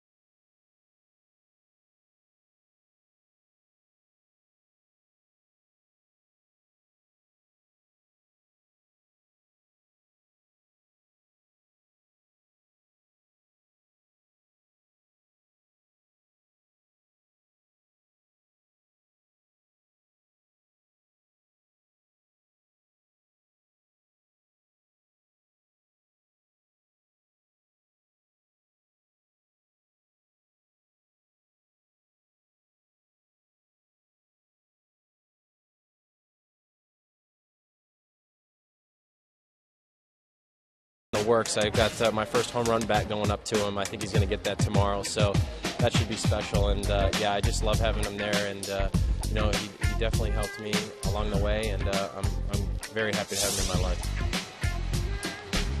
Happy Father's Day to all. 6-1 Miami on top, bottom of the 6th.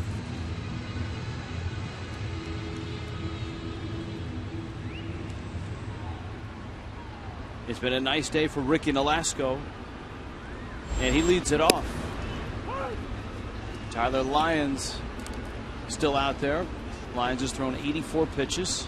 Remember, we saw Derek Dietrich hit that first Major League home run, a 3-run shot at Dodger Stadium.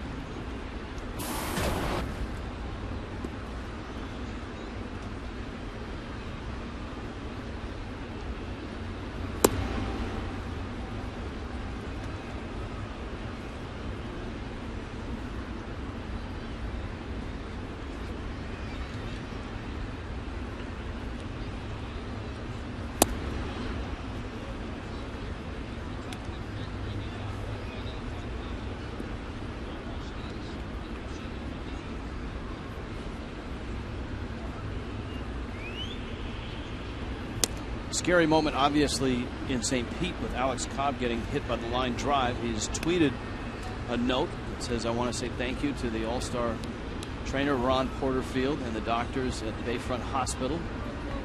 Minor concussion. He woke up with a minor headache today."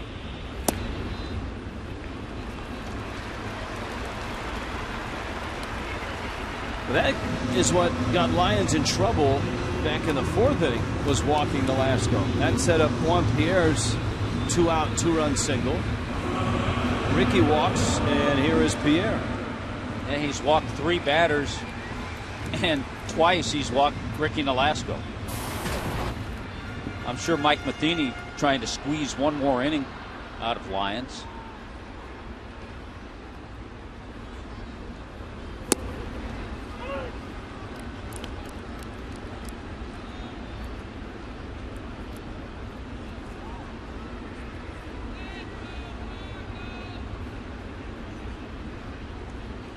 Pierre, 2 more hits today. His average just a tick under 260.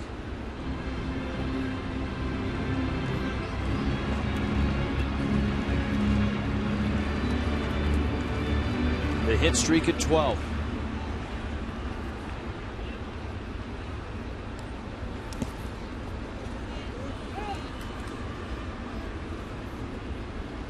Well, you look back to June 1st.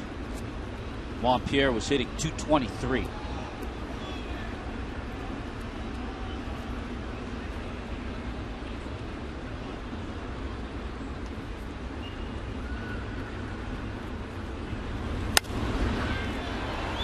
Lifts one in the air to Craig.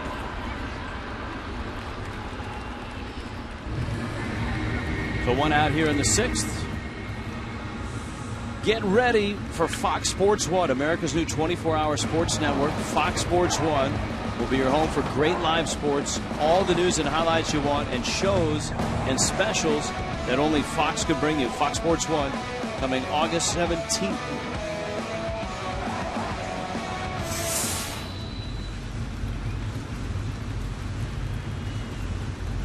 Mike Matheny to the mound and takes the ball. He's headed to the bullpen. And we'll be right back.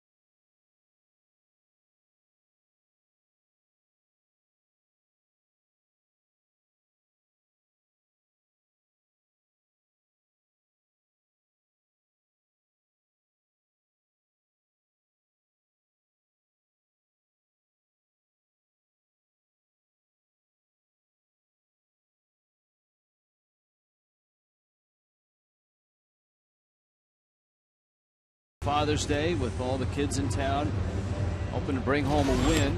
Toyota Trend Sunday games, both teams at an even 500.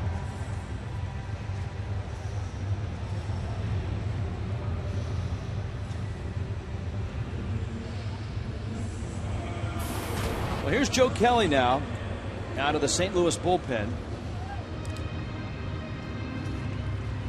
Saw Joe Kelly in game 1 of this series. Pitched a nice 6th inning. Gave up a double to Jeff Mathis. Good hard sinking fastball along with the slider. And as most of their guys out of the bullpen, he works quickly.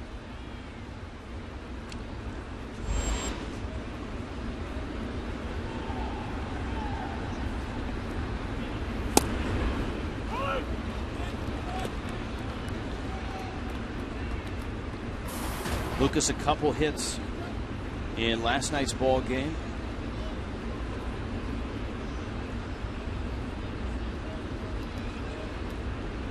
Adams not really holding Nolasco at first, just playing in front of him.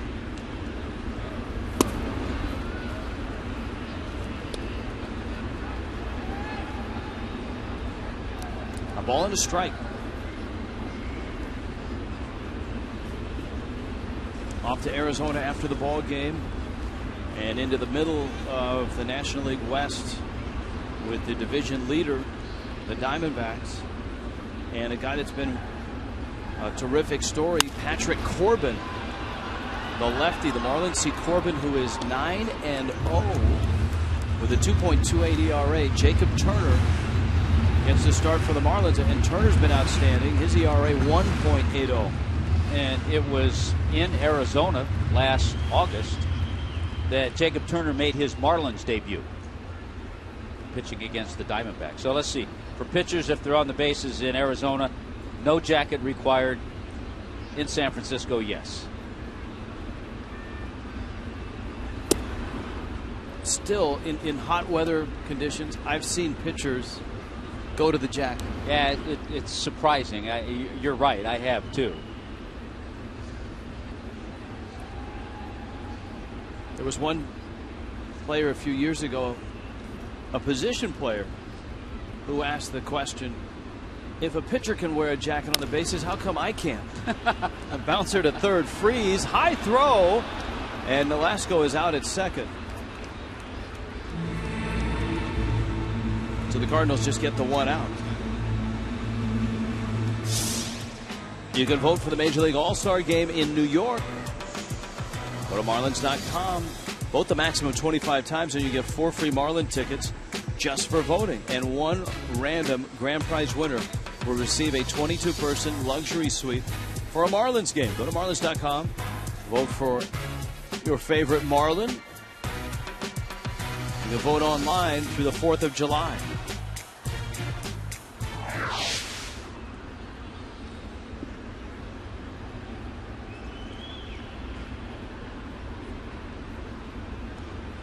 Giancarlo Stanton.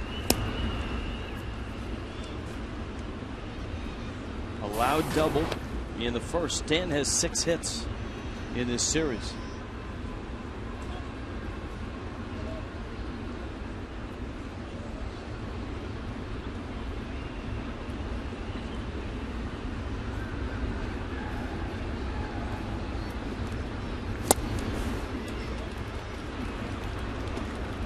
AT&T U-verse brings you the Twitter poll. I don't think anyone would disagree. Fish slugger, yes. Well, the story out there, unofficial story, is that David Wright passed that by Giancarlo when the team was in New York and threw it out there for him if he was interested. And I believe Giancarlo's response was, I'm interested.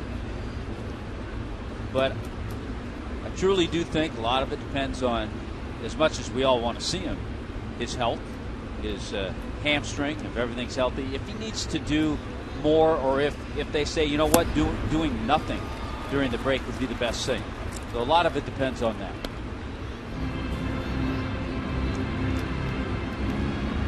You can see how Kelly has worked him very cautiously and on the corners.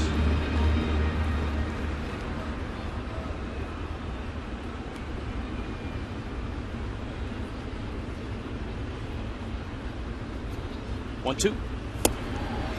Sweeping breaking ball, and he gets Stanton. Miami is done in the 6th. On to the 7th. Ricky Nolasco right now on top.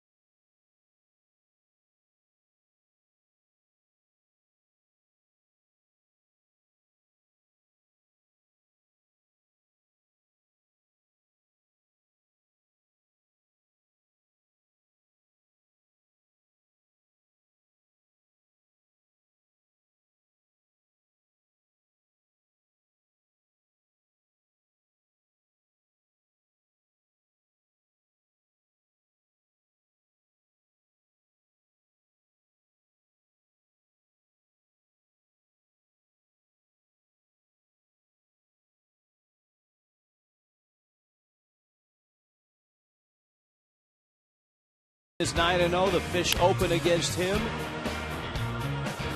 Jacob Turner, though, gets the ball. He's been terrific. And then it's on to San Francisco. The world champion San Francisco Giants. The Marlins always play well in San Francisco. Ostrokozy, Pablo Sandoval, and the city by the bay. Let's check in with Craig Minervini. Craig?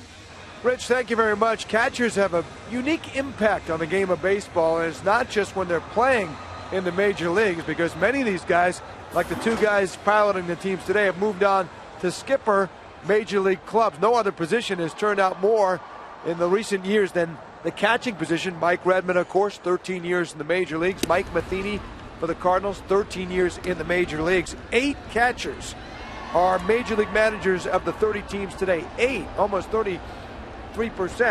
You got Socha, Girardi, Melvin, Bochy, Yost, and Gibbons. You see shortstops, left fielders 4-5 currently did not play Major League Baseball, as Placido Polanco handles that ground ball. And since 1996, 9 of the 17 world champions have been managed by Major League catchers. Throw Jack McKeon in as a minor league catcher, and you got yet another champion. And one other thing, the last 10 years, they've had at least 8, on an average, 8 managers per year. There have even been 9 a couple of years, catchers. I guess it's from, you know, their viewpoint of the game, guys, and there's such a big part of it. They make good managers.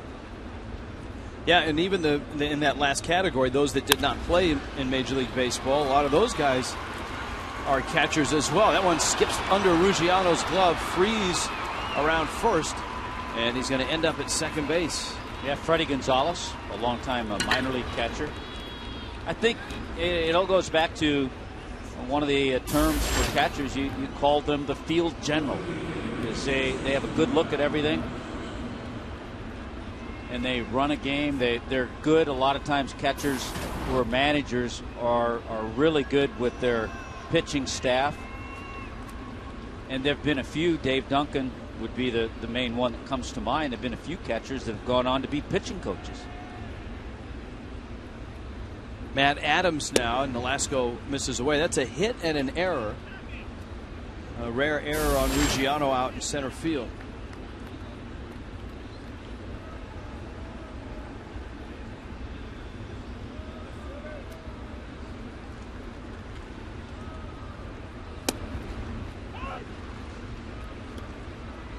Ball and a strike and an out. Seth Maness getting loose. Saw him yesterday.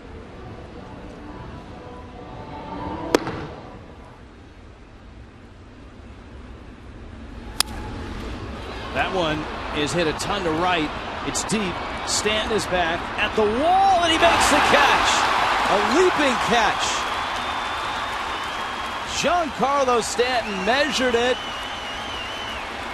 Remember, he was an outstanding basketball player in high school, as well as a football star and a baseball star. And all those skills came together on that play. And the crowd responding and appreciating this good effort. Look, guy has the one hand on the fence. He looks, he braces. Bullpen guys are saying, hey, a lot of room, a lot of room. Then he comes up with a strong throw after making the catch. Good job by Giancarlo. I think one of the most impressive things about Stanton in this return, Tommy, is that he's sharp in the outfield. We've seen him. We were a little wondering about that too, I think. We've seen him after injuries coming out of spring training. Sometimes it takes him a week or two to really get his legs under him in the outfield, but that's not been the case here.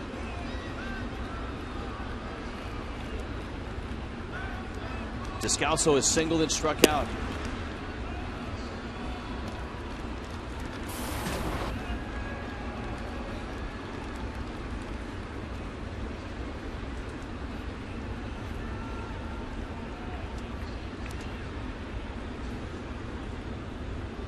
Here's the 1-1. Line foul. Descalso had some enormous hits last year in the division series win against Washington. Remember, Washington had the lead. Boy, they turned it over to Drew Storen. Descalso had the 2-out, 2-run hit that tied the game.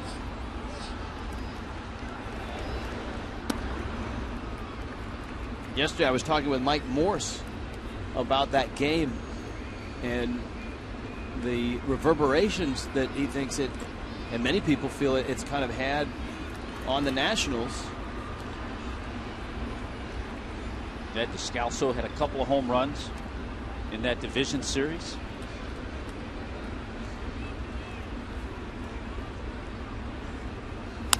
Well, the Nationals are trying to piece it back together. They have Steven Strasburg on the mound today. He's off the disabled list. They're hoping to get Bryce Harper back soon.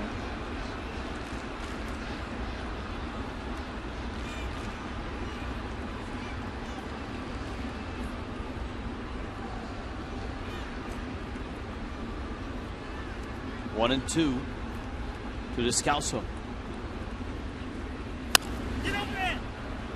A nice hop. Lucas will take it. Step on the bag, and Nolasco leaves that runner in scoring position. Ricky and the Fish up 6-1.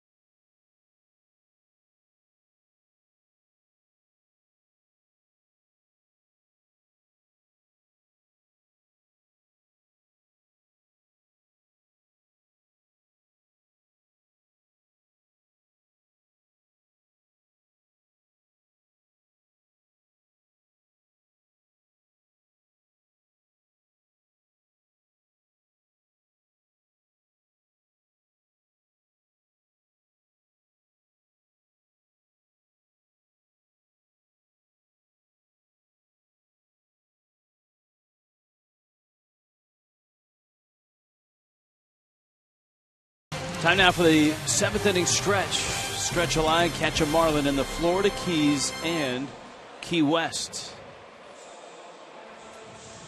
6-1. Marlins on top. Auto Nation brings you the game summary. Well, the Marlins kind of playing off what they did in the ballgame yesterday, jumping on a Cardinal pitcher in the first inning. Big base hit by Justin Ruggiano to drive in a couple. In the third inning, John Jay with a nice bit of hitting on a fastball up and out over the plate brings in a run.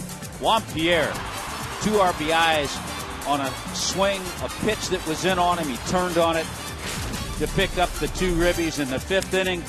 Another nice inning. Couple of veterans, Juan Pierre, Placido Polanco contributing in this one, each with base hits, driving in a couple of runs. Juan Pierre has extended his hitting streak to 12 games. Ricky Nolasco has some runs to work with. And here we are in the bottom of the 7th inning. And in the bottom of the 7th, the Cardinals will make a pitching change. Seth Maness, he'll take over for Joe Kelly. This was a Tyler Lyons start, his 5th of the season. Lyons in this ball game would go 5 1/3. He gave up 8 hits, and he's charged with all 6 runs, 3 walks, 6 strikeouts. Nolasco in 7 innings, 4 strikeouts, a walk, and just 3 hits. Yeah, the Marlins saw Maness yesterday in the 6th inning. Gave up a base hit to Giancarlo, and that's it. Another one of these guys that He gets it and fires. Not much hesitation.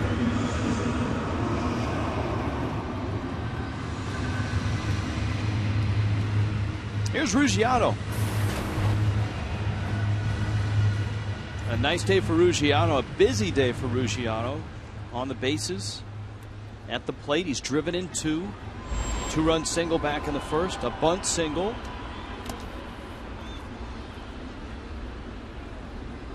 And a stolen base back in the first. Scored a run in the fifth.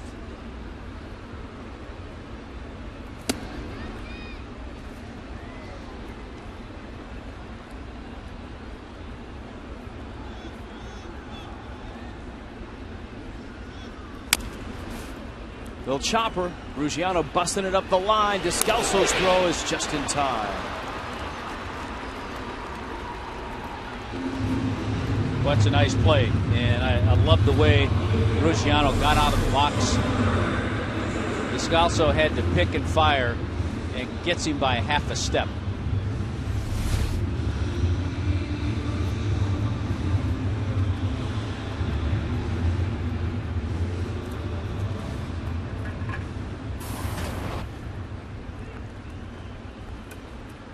Now Dietrich, who was 0 for 3.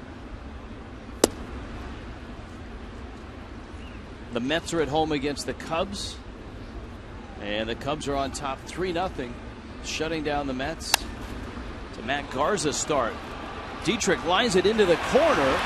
Craig gets it, and by the time he does, Dietrich's already at second base. And Derek Dietrich doubles here with 1 out in the 7th inning. I think that's something that Tino Martinez would probably like to see a little bit more of. Dietrich driving the ball a little bit in left center, left field. He lets this ball get to him and then pops. He's got some power in the swing. Sometimes he rolls over, tries to pull a little much, but that was a nice job there. And great base running to be at second base so quickly. That's a nice little Father's Day gift. There you go, along with the bat from the first home run at Dodger Stadium. Don't give it away. I don't think it's arrived yet. He already gave it away last inning. That's true.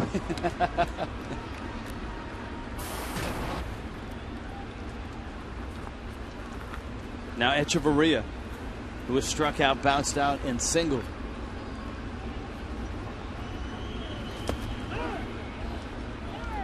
No swing. The Marlins, Rich, have hit 10 doubles in this series against the Cardinals.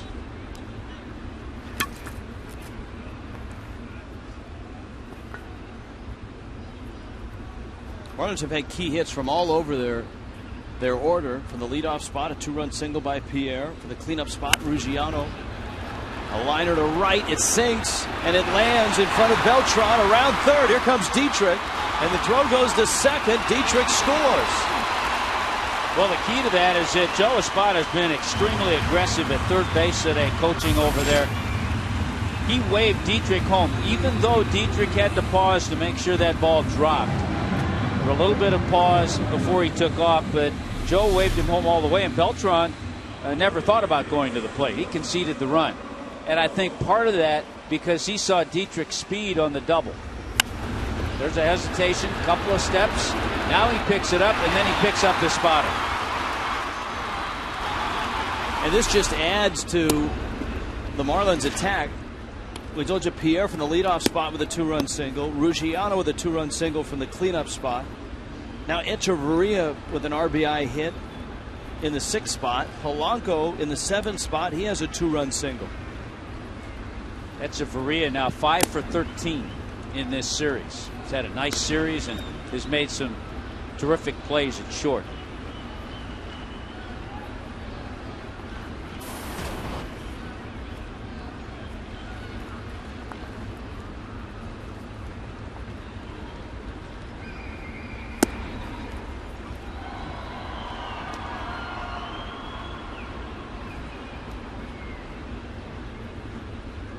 A 2 for 3 afternoon for Polanco.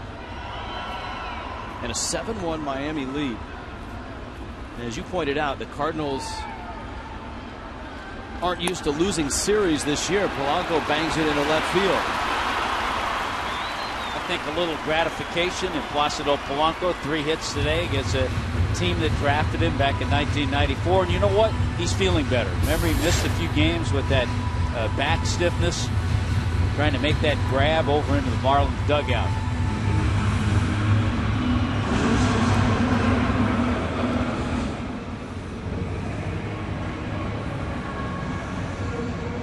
Mike Dunn with Nolasco's spot due up next. Dunn is getting ready, and here's Mathis.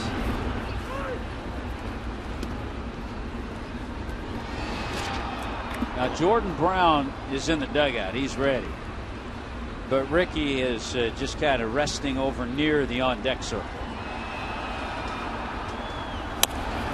Little tapper. Manus to first.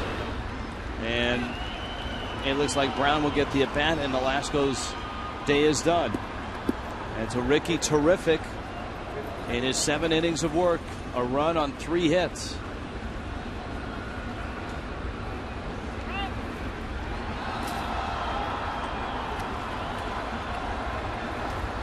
Ricky was on base a couple of times. He walked twice. Right at 100 pitches.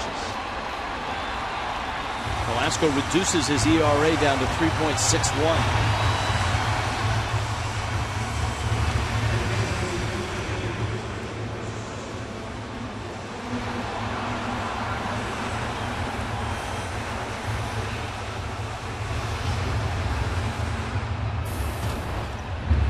So now Brown in a pinch hitting role.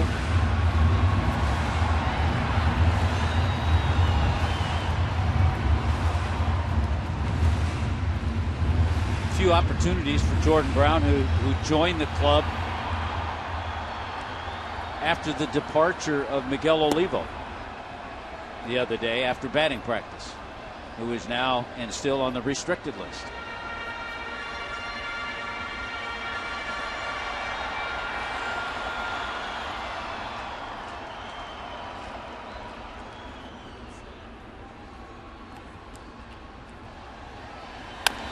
Brown with a chopper up the middle. Carpenter to first. Miami adds a run and heads to the 8th, leading St. Louis 7-1.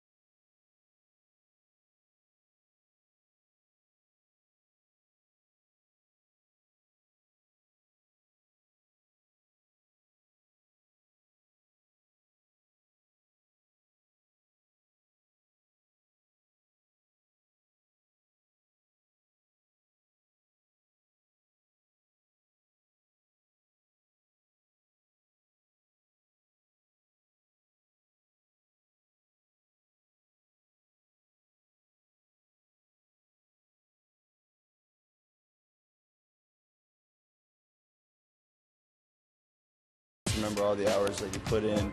You know, I mean, not only like, you know, you think about the work we got in when we were here in the big leagues, but you think about where we started out in Little League when, you know, he was your coach all the way through, and he's still your coach today, which is the best part about it. And, you know, a catch on the lawn or whatever. I wouldn't be where I am today without my dad. I mean, he's the biggest hero in my life, so, I mean, huge shout out to my dad. I love you, and happy Father's Day. A lot of cool stuff from the Marlins clubhouse on this Father's Day. Mike Dunn into the ball game in a 7-1 Marlins lead. The Marlins 6 outs away from winning this series. against the Cardinals, who have been a juggernaut so far this year in the National League.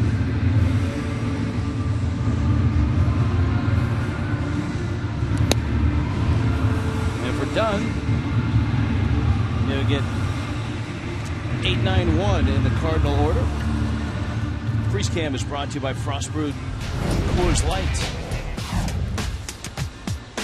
Let's freeze some hits. The Marlins have had some big ones. Justin Ruggiano's 2-run single. Or freeze Ricky. Yeah, that's nice. Hey, a lot of the hits have been nice to the opposite field. Guys have had a great approach.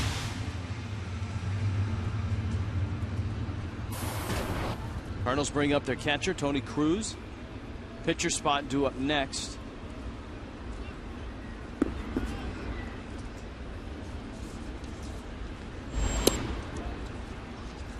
And Dunn misses away. So Dunn takes over for Nolasco.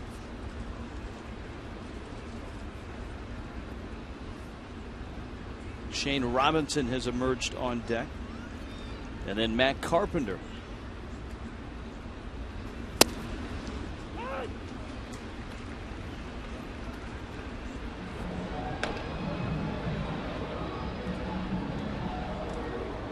Lefty in the bullpen for the Cards. Yeah, the kid out of Wellington, Kevin Segrist.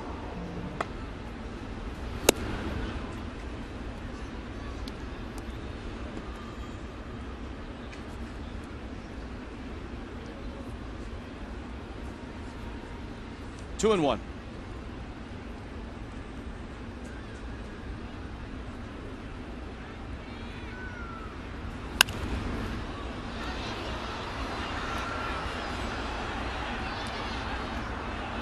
Around baseball on this Father's Day.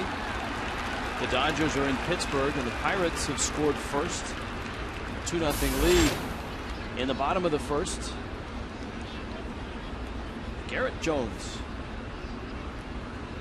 with a 2-run double. Dodgers won that matchup last night in 11 innings in Pittsburgh.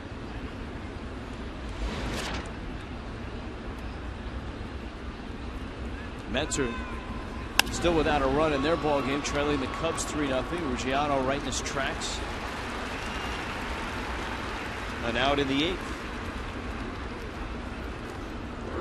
If you want to order food directly from your smartphone or upgrade your seats from today's game instantly from the palm of your hand, just download the MLB.com at the ballpark mobile app for these features and more. You can check in through the app to earn free tickets. Download the free MLB.com at the ballpark app today. Shane Robinson gets the at-bat now.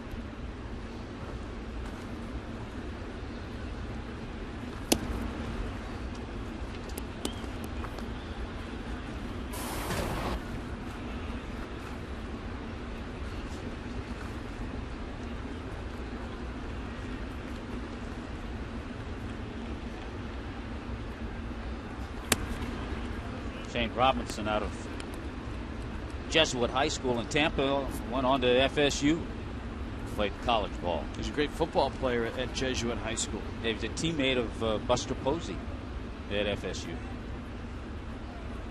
who we'll see next week. Well, then it's no coincidence that he led the NCAA in runs scored. He'd get on, Posey would drive him in.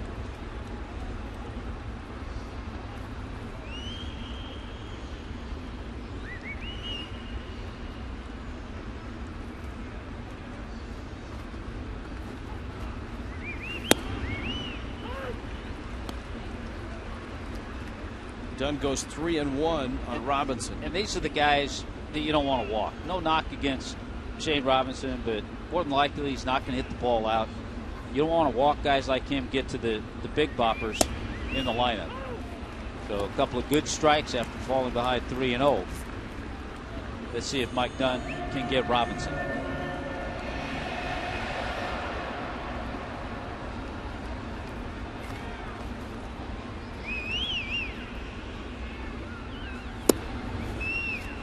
He lost him. So he fell behind, worked back to full, and then walks Robinson. And the left-handed bat of Matt Carpenter comes up. We've got John Jay on deck.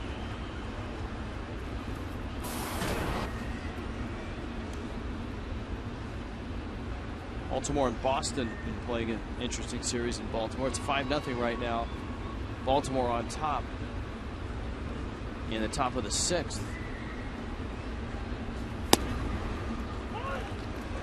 Miguel Gonzalez on the mound for the Orioles has given up just 1 hit. How about Manny Machado, who has hit his 32nd double of the year? What's Earl Webb's record? 67? 60 something, I think 67, yes. To put that in perspective, that's well within reach. Oh, absolutely. The doubles leader in the National League, we'll see tomorrow night. Gerardo Parra has 23.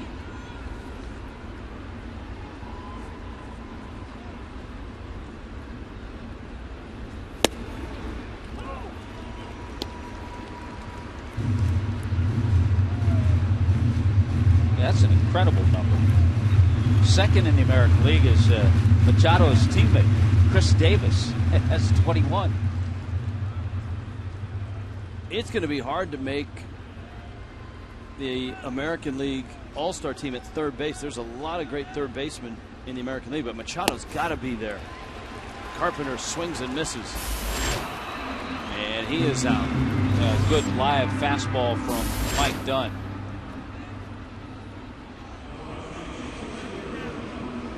I mean, Miguel Cabrera is going to win the vote. He's going to win the vote, and should.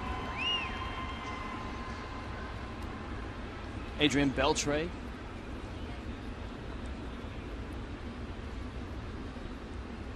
Josh Donaldson has had a nice year in Oakland.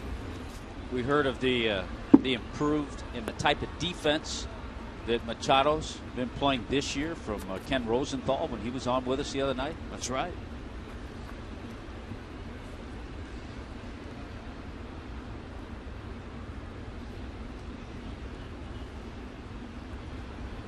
Jay is up.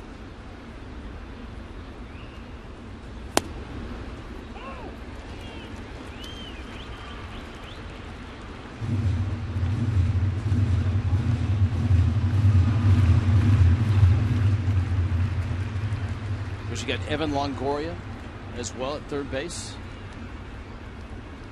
You're right. That's a stacked position in the American League.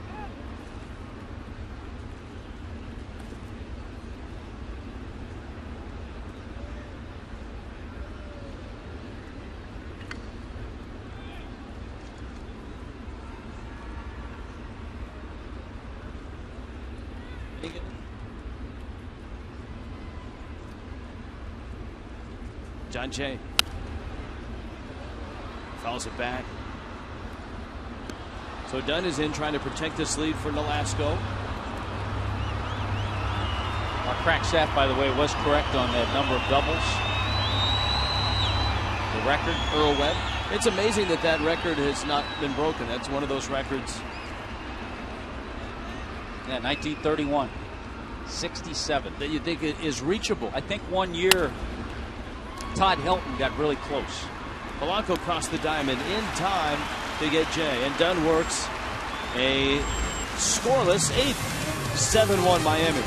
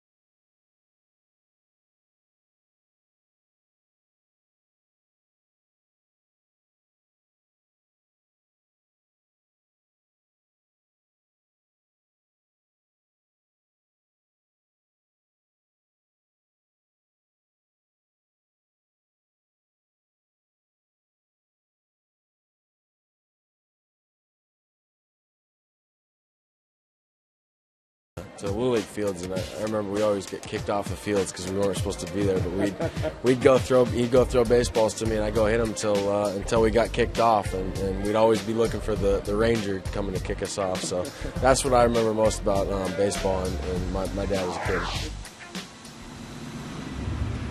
In Miami on Father's Day, 7-1. You see the Marlins have spread the offense out. Ricky Nolasco was terrific for 7 innings. And here on Father's Day, the Fish will try to not only win this ballgame, but win this series against a first-place St. Louis team. Yeah, there's a new dad.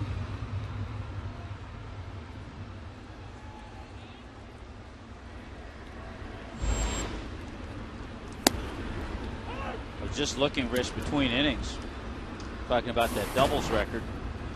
Todd Helton in 2000 had 59. Kevin Segrist. Pierre shoots it out towards short. Descalso's had a busy day.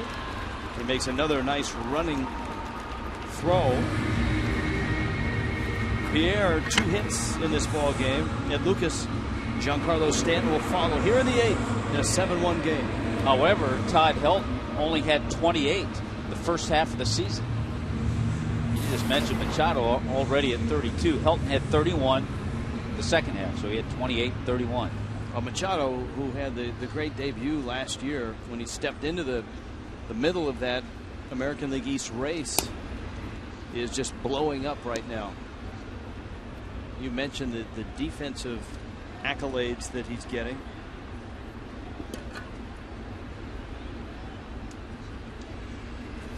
A Miami product. Absolutely. Manny Machado.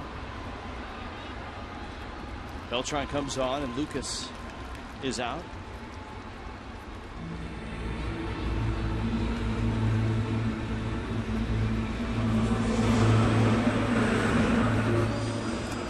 And here is Stanton. Stanton had a loud double in the 2-run first. That really set the tone for Miami. They came out, took a 2-0 lead. Cardinals got 1 run back in the 3rd, and then it's been all Marlins since.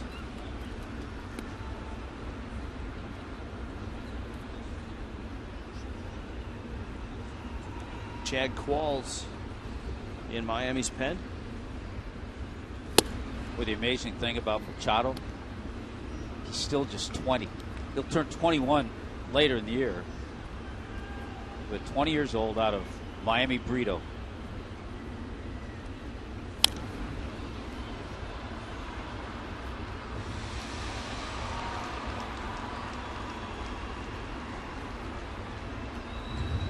One and 2.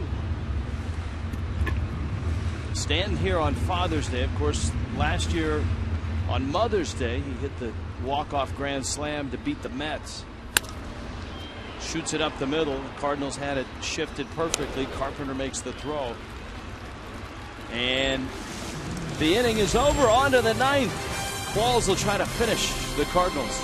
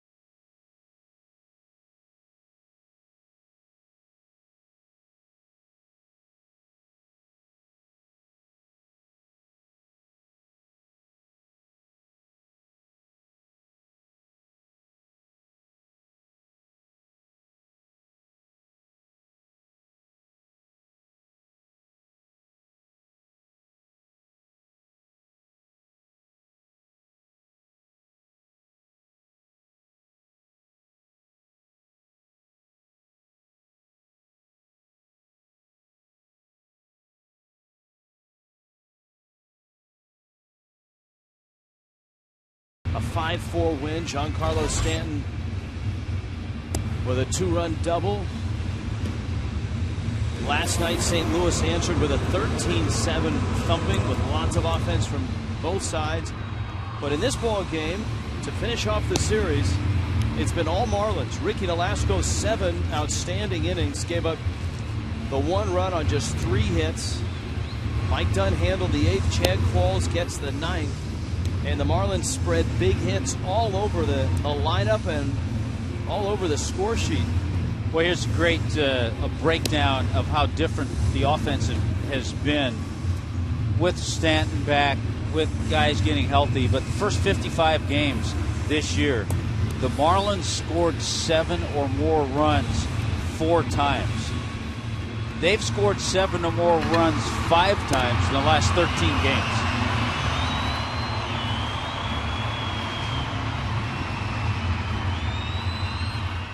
So here is Qualls, durable and dependable throughout his career.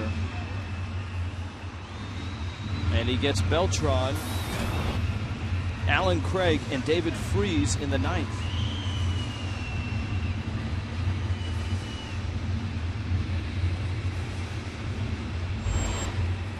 How durable and dependable is Chad Qualls?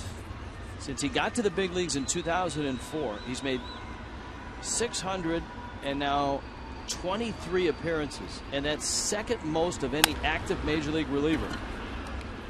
And with 1 pitch, he gets Beltran.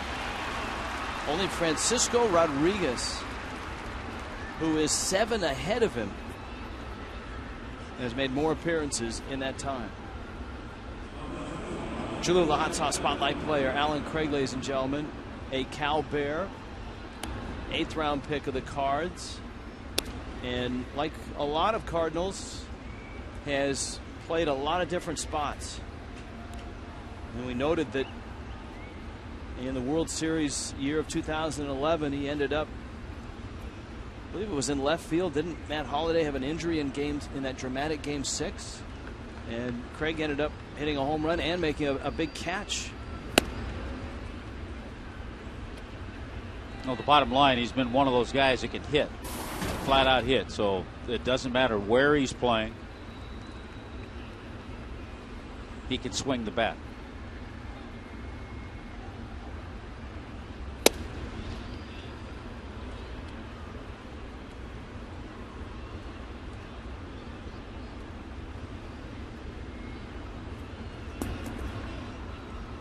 A friend of yours appears in this note about Chad Qualls. 8 career wins against the Cardinals, tied with Jeff Reardon for 3rd most by a reliever with no career starts since 1921. Roger McDowell, Ed Roebuck had 9, Jeff Reardon, and Chad Qualls with 8. And anytime we can have a Jeff Reardon mention, absolutely. You talk about a guy that was durable and dependable and really, really good. Yeah, over 360 saves. Probably would tell you that a couple of those wins might have been blown saves that he wouldn't want to talk about. That's okay. BaseballReference.com makes no distinction, Tommy. The numbers are the numbers. So Craig walks, and our Craig will walk up the stairway to heaven. Actually, he's already up there. Is he up there yet? No, not yet. That's Konai. Jeff talking to his people right now. Brought his own refreshments. David Freese.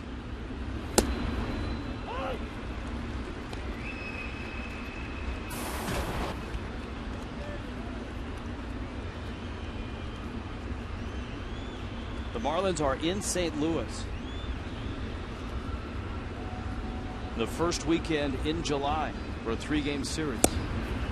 You think it's going to be hot on that road trip, Tommy? Yeah, I'm just thinking, yeah, it could be a toasty trip. 3 in Atlanta, ending on the 4th of July, and then 3 in St. Louis on the 5th, 6th, and 7th of July. The last time the Marlins came through St. Louis, They were the 3 hottest days on record for those dates in history. That'll be our first trip to Atlanta as well. Dietrich, nice running throw. And he gets Freeze for the second out here in the 9th inning in a 7-1 game. Dietrich shading for a double play, has a long way to go, but that nice high hop stayed in his range, and he completes the play. That's amazing that we have not been to Atlanta yet. No. Marlins play a lot of games against the Braves from that point forward. Marlins go to Atlanta in July, in August. Actually, in August twice.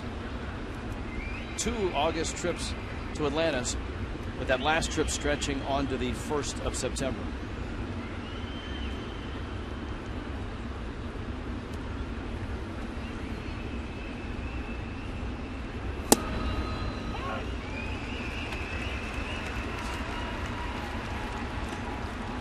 Matt Adams up there now for St. Louis.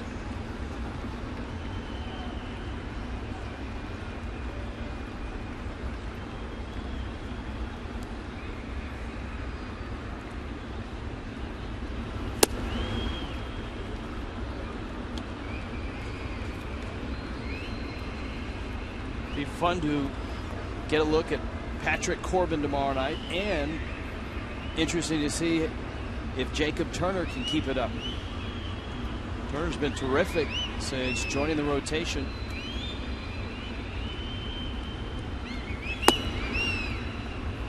Jacob Turner's had some very consistent, some very nice starts.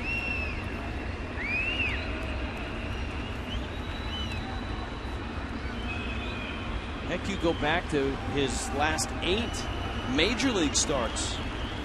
His ERA is 2.09. And Qualls now, well, they count 2-2. 18,468 in Miami on this Father's Day. Hey, Chad Qualls can still get it up there. Good 95-mile-an-hour two-seamer. It's 2-2.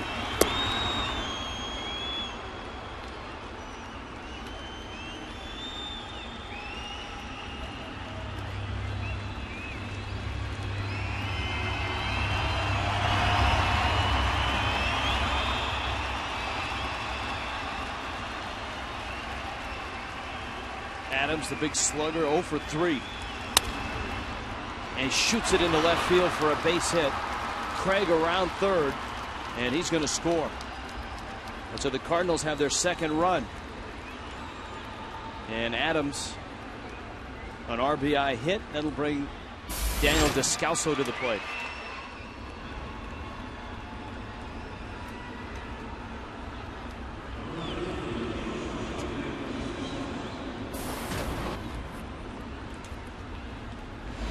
Good series for Descalso. 1 for 3 here. 3 hits yesterday, including a couple of doubles. One thing that Chad Qualls does that at times puts him in a little jeopardy. Stanton overruns the ball. And the Cardinals are at the corners now. Adams takes third. Descalso gets a hit. Stanton will probably get an error. Yeah, because pulling up at second base was Adams. He wasn't going to go first or third. Just off the glove of Derek Dietrich. And that will be an error charge to Giancarlo. But one of the things I wanted to complete, the way Qualls at times puts himself in jeopardy, and it's got to be catch-22. He throws strikes. And he comes into a game like this, he's just going to fire hard, fire strikes, and he puts himself out there for aggressive hitters to get some base hits. Now he's going to have to deal with the league's leading hitter, Yadier Molina. Well, you can hear the crowd, the Cardinal fans that are here. Molina in this series with runners in scoring position is 3 for 3.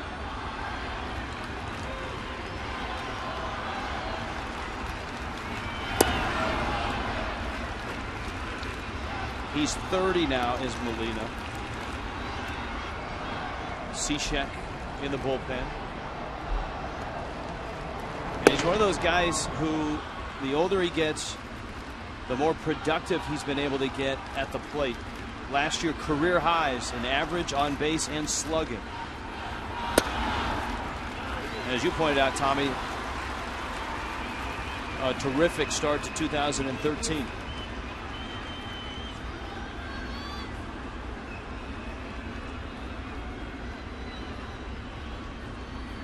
Adams and Descalso at the corners. Well, Molina, as I mentioned, leads the league in hitting. Troy Tulowitzki's second. He's 5 points behind, but Tulowitzki's on the disabled list now. And Marco Scudero a distant third. How about that? Matt Holliday on deck. Qualls trying to finish it. The Cardinals not going quietly. And Molina not going after that pitch that's off the corner. 3-1.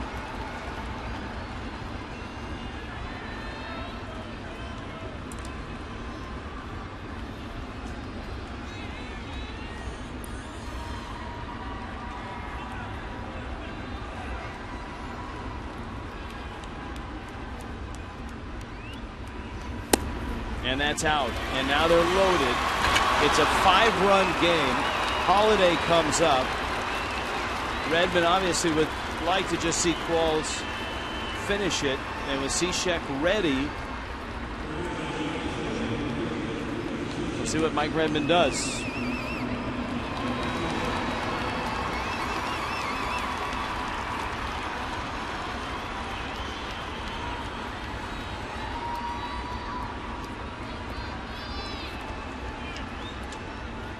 Two of the big bats that got the day off have appeared here in the ninth. And Mike Redmond's going to go to the pen. Not that he was waiting for this situation, but with the tying run in the on-deck circle, all of a sudden this does become a save situation. As odd as that sounds, yeah, in a 7-2 ball game. So Cishek out.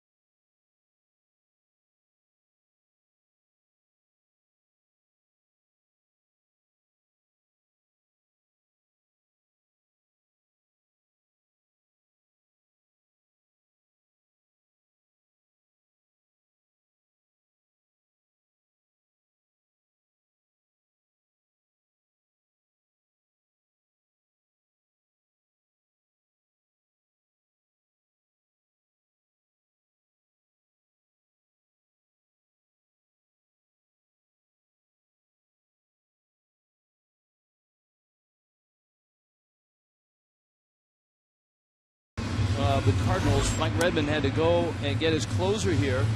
It was 7-1. to start the inning, but St. Louis is chased across one. And with the bags loaded and one of the more imposing hitters in the National League coming up, Redmond goes to his closer, Steve Cishek. Well, Matt Holliday trying to fill a role, too, that he doesn't do very often. No pinch hit appearances this year. But you can see the numbers, and he is an imposing figure. 5 grand slams in his career. 10 homers this year.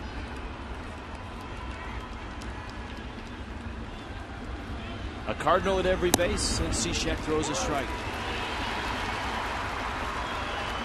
Adams drove in the run with a single. Descalso banged one into right. And Molina off the bench walked. And so here's Holliday on this Sunday, an off day until now. And Cishek has dotted the corner with 2 fastballs. It's 0-2. I think if there's one thing to say about the improved Steve Cishek, it's the command, the control. He's been hitting both corners. And also the improvement, not in this situation, but his improvement against lefties. 0-2. And that slider bends outside. 1-2. Miami trying to win this series against the mighty Cardinals, who come in to this game at 20 over. 44 wins, tops in baseball. 1-2. Holliday won't offer. Well, he dotted that outside corner, and then the next couple of pitches he's tried to get Holliday to chase, and he hasn't. You talk about command, Tommy. There's your command. There's the 2 fastballs on the black, and then the 2 sliders in the exact same spot. The 2-2. Got him! Ball game! And Miami wins the game and the series. Cishek strikes out Holliday. And the Cardinals leave him loaded. And a happy Father's Day for Mike Redmond. His kids here. Juan Pierre continues to swing a hot bat. He drove in 2, had 2 more hits. And of course, Ricky Nolasco was superb with 7 innings and just a run. We'll wrap it up after this.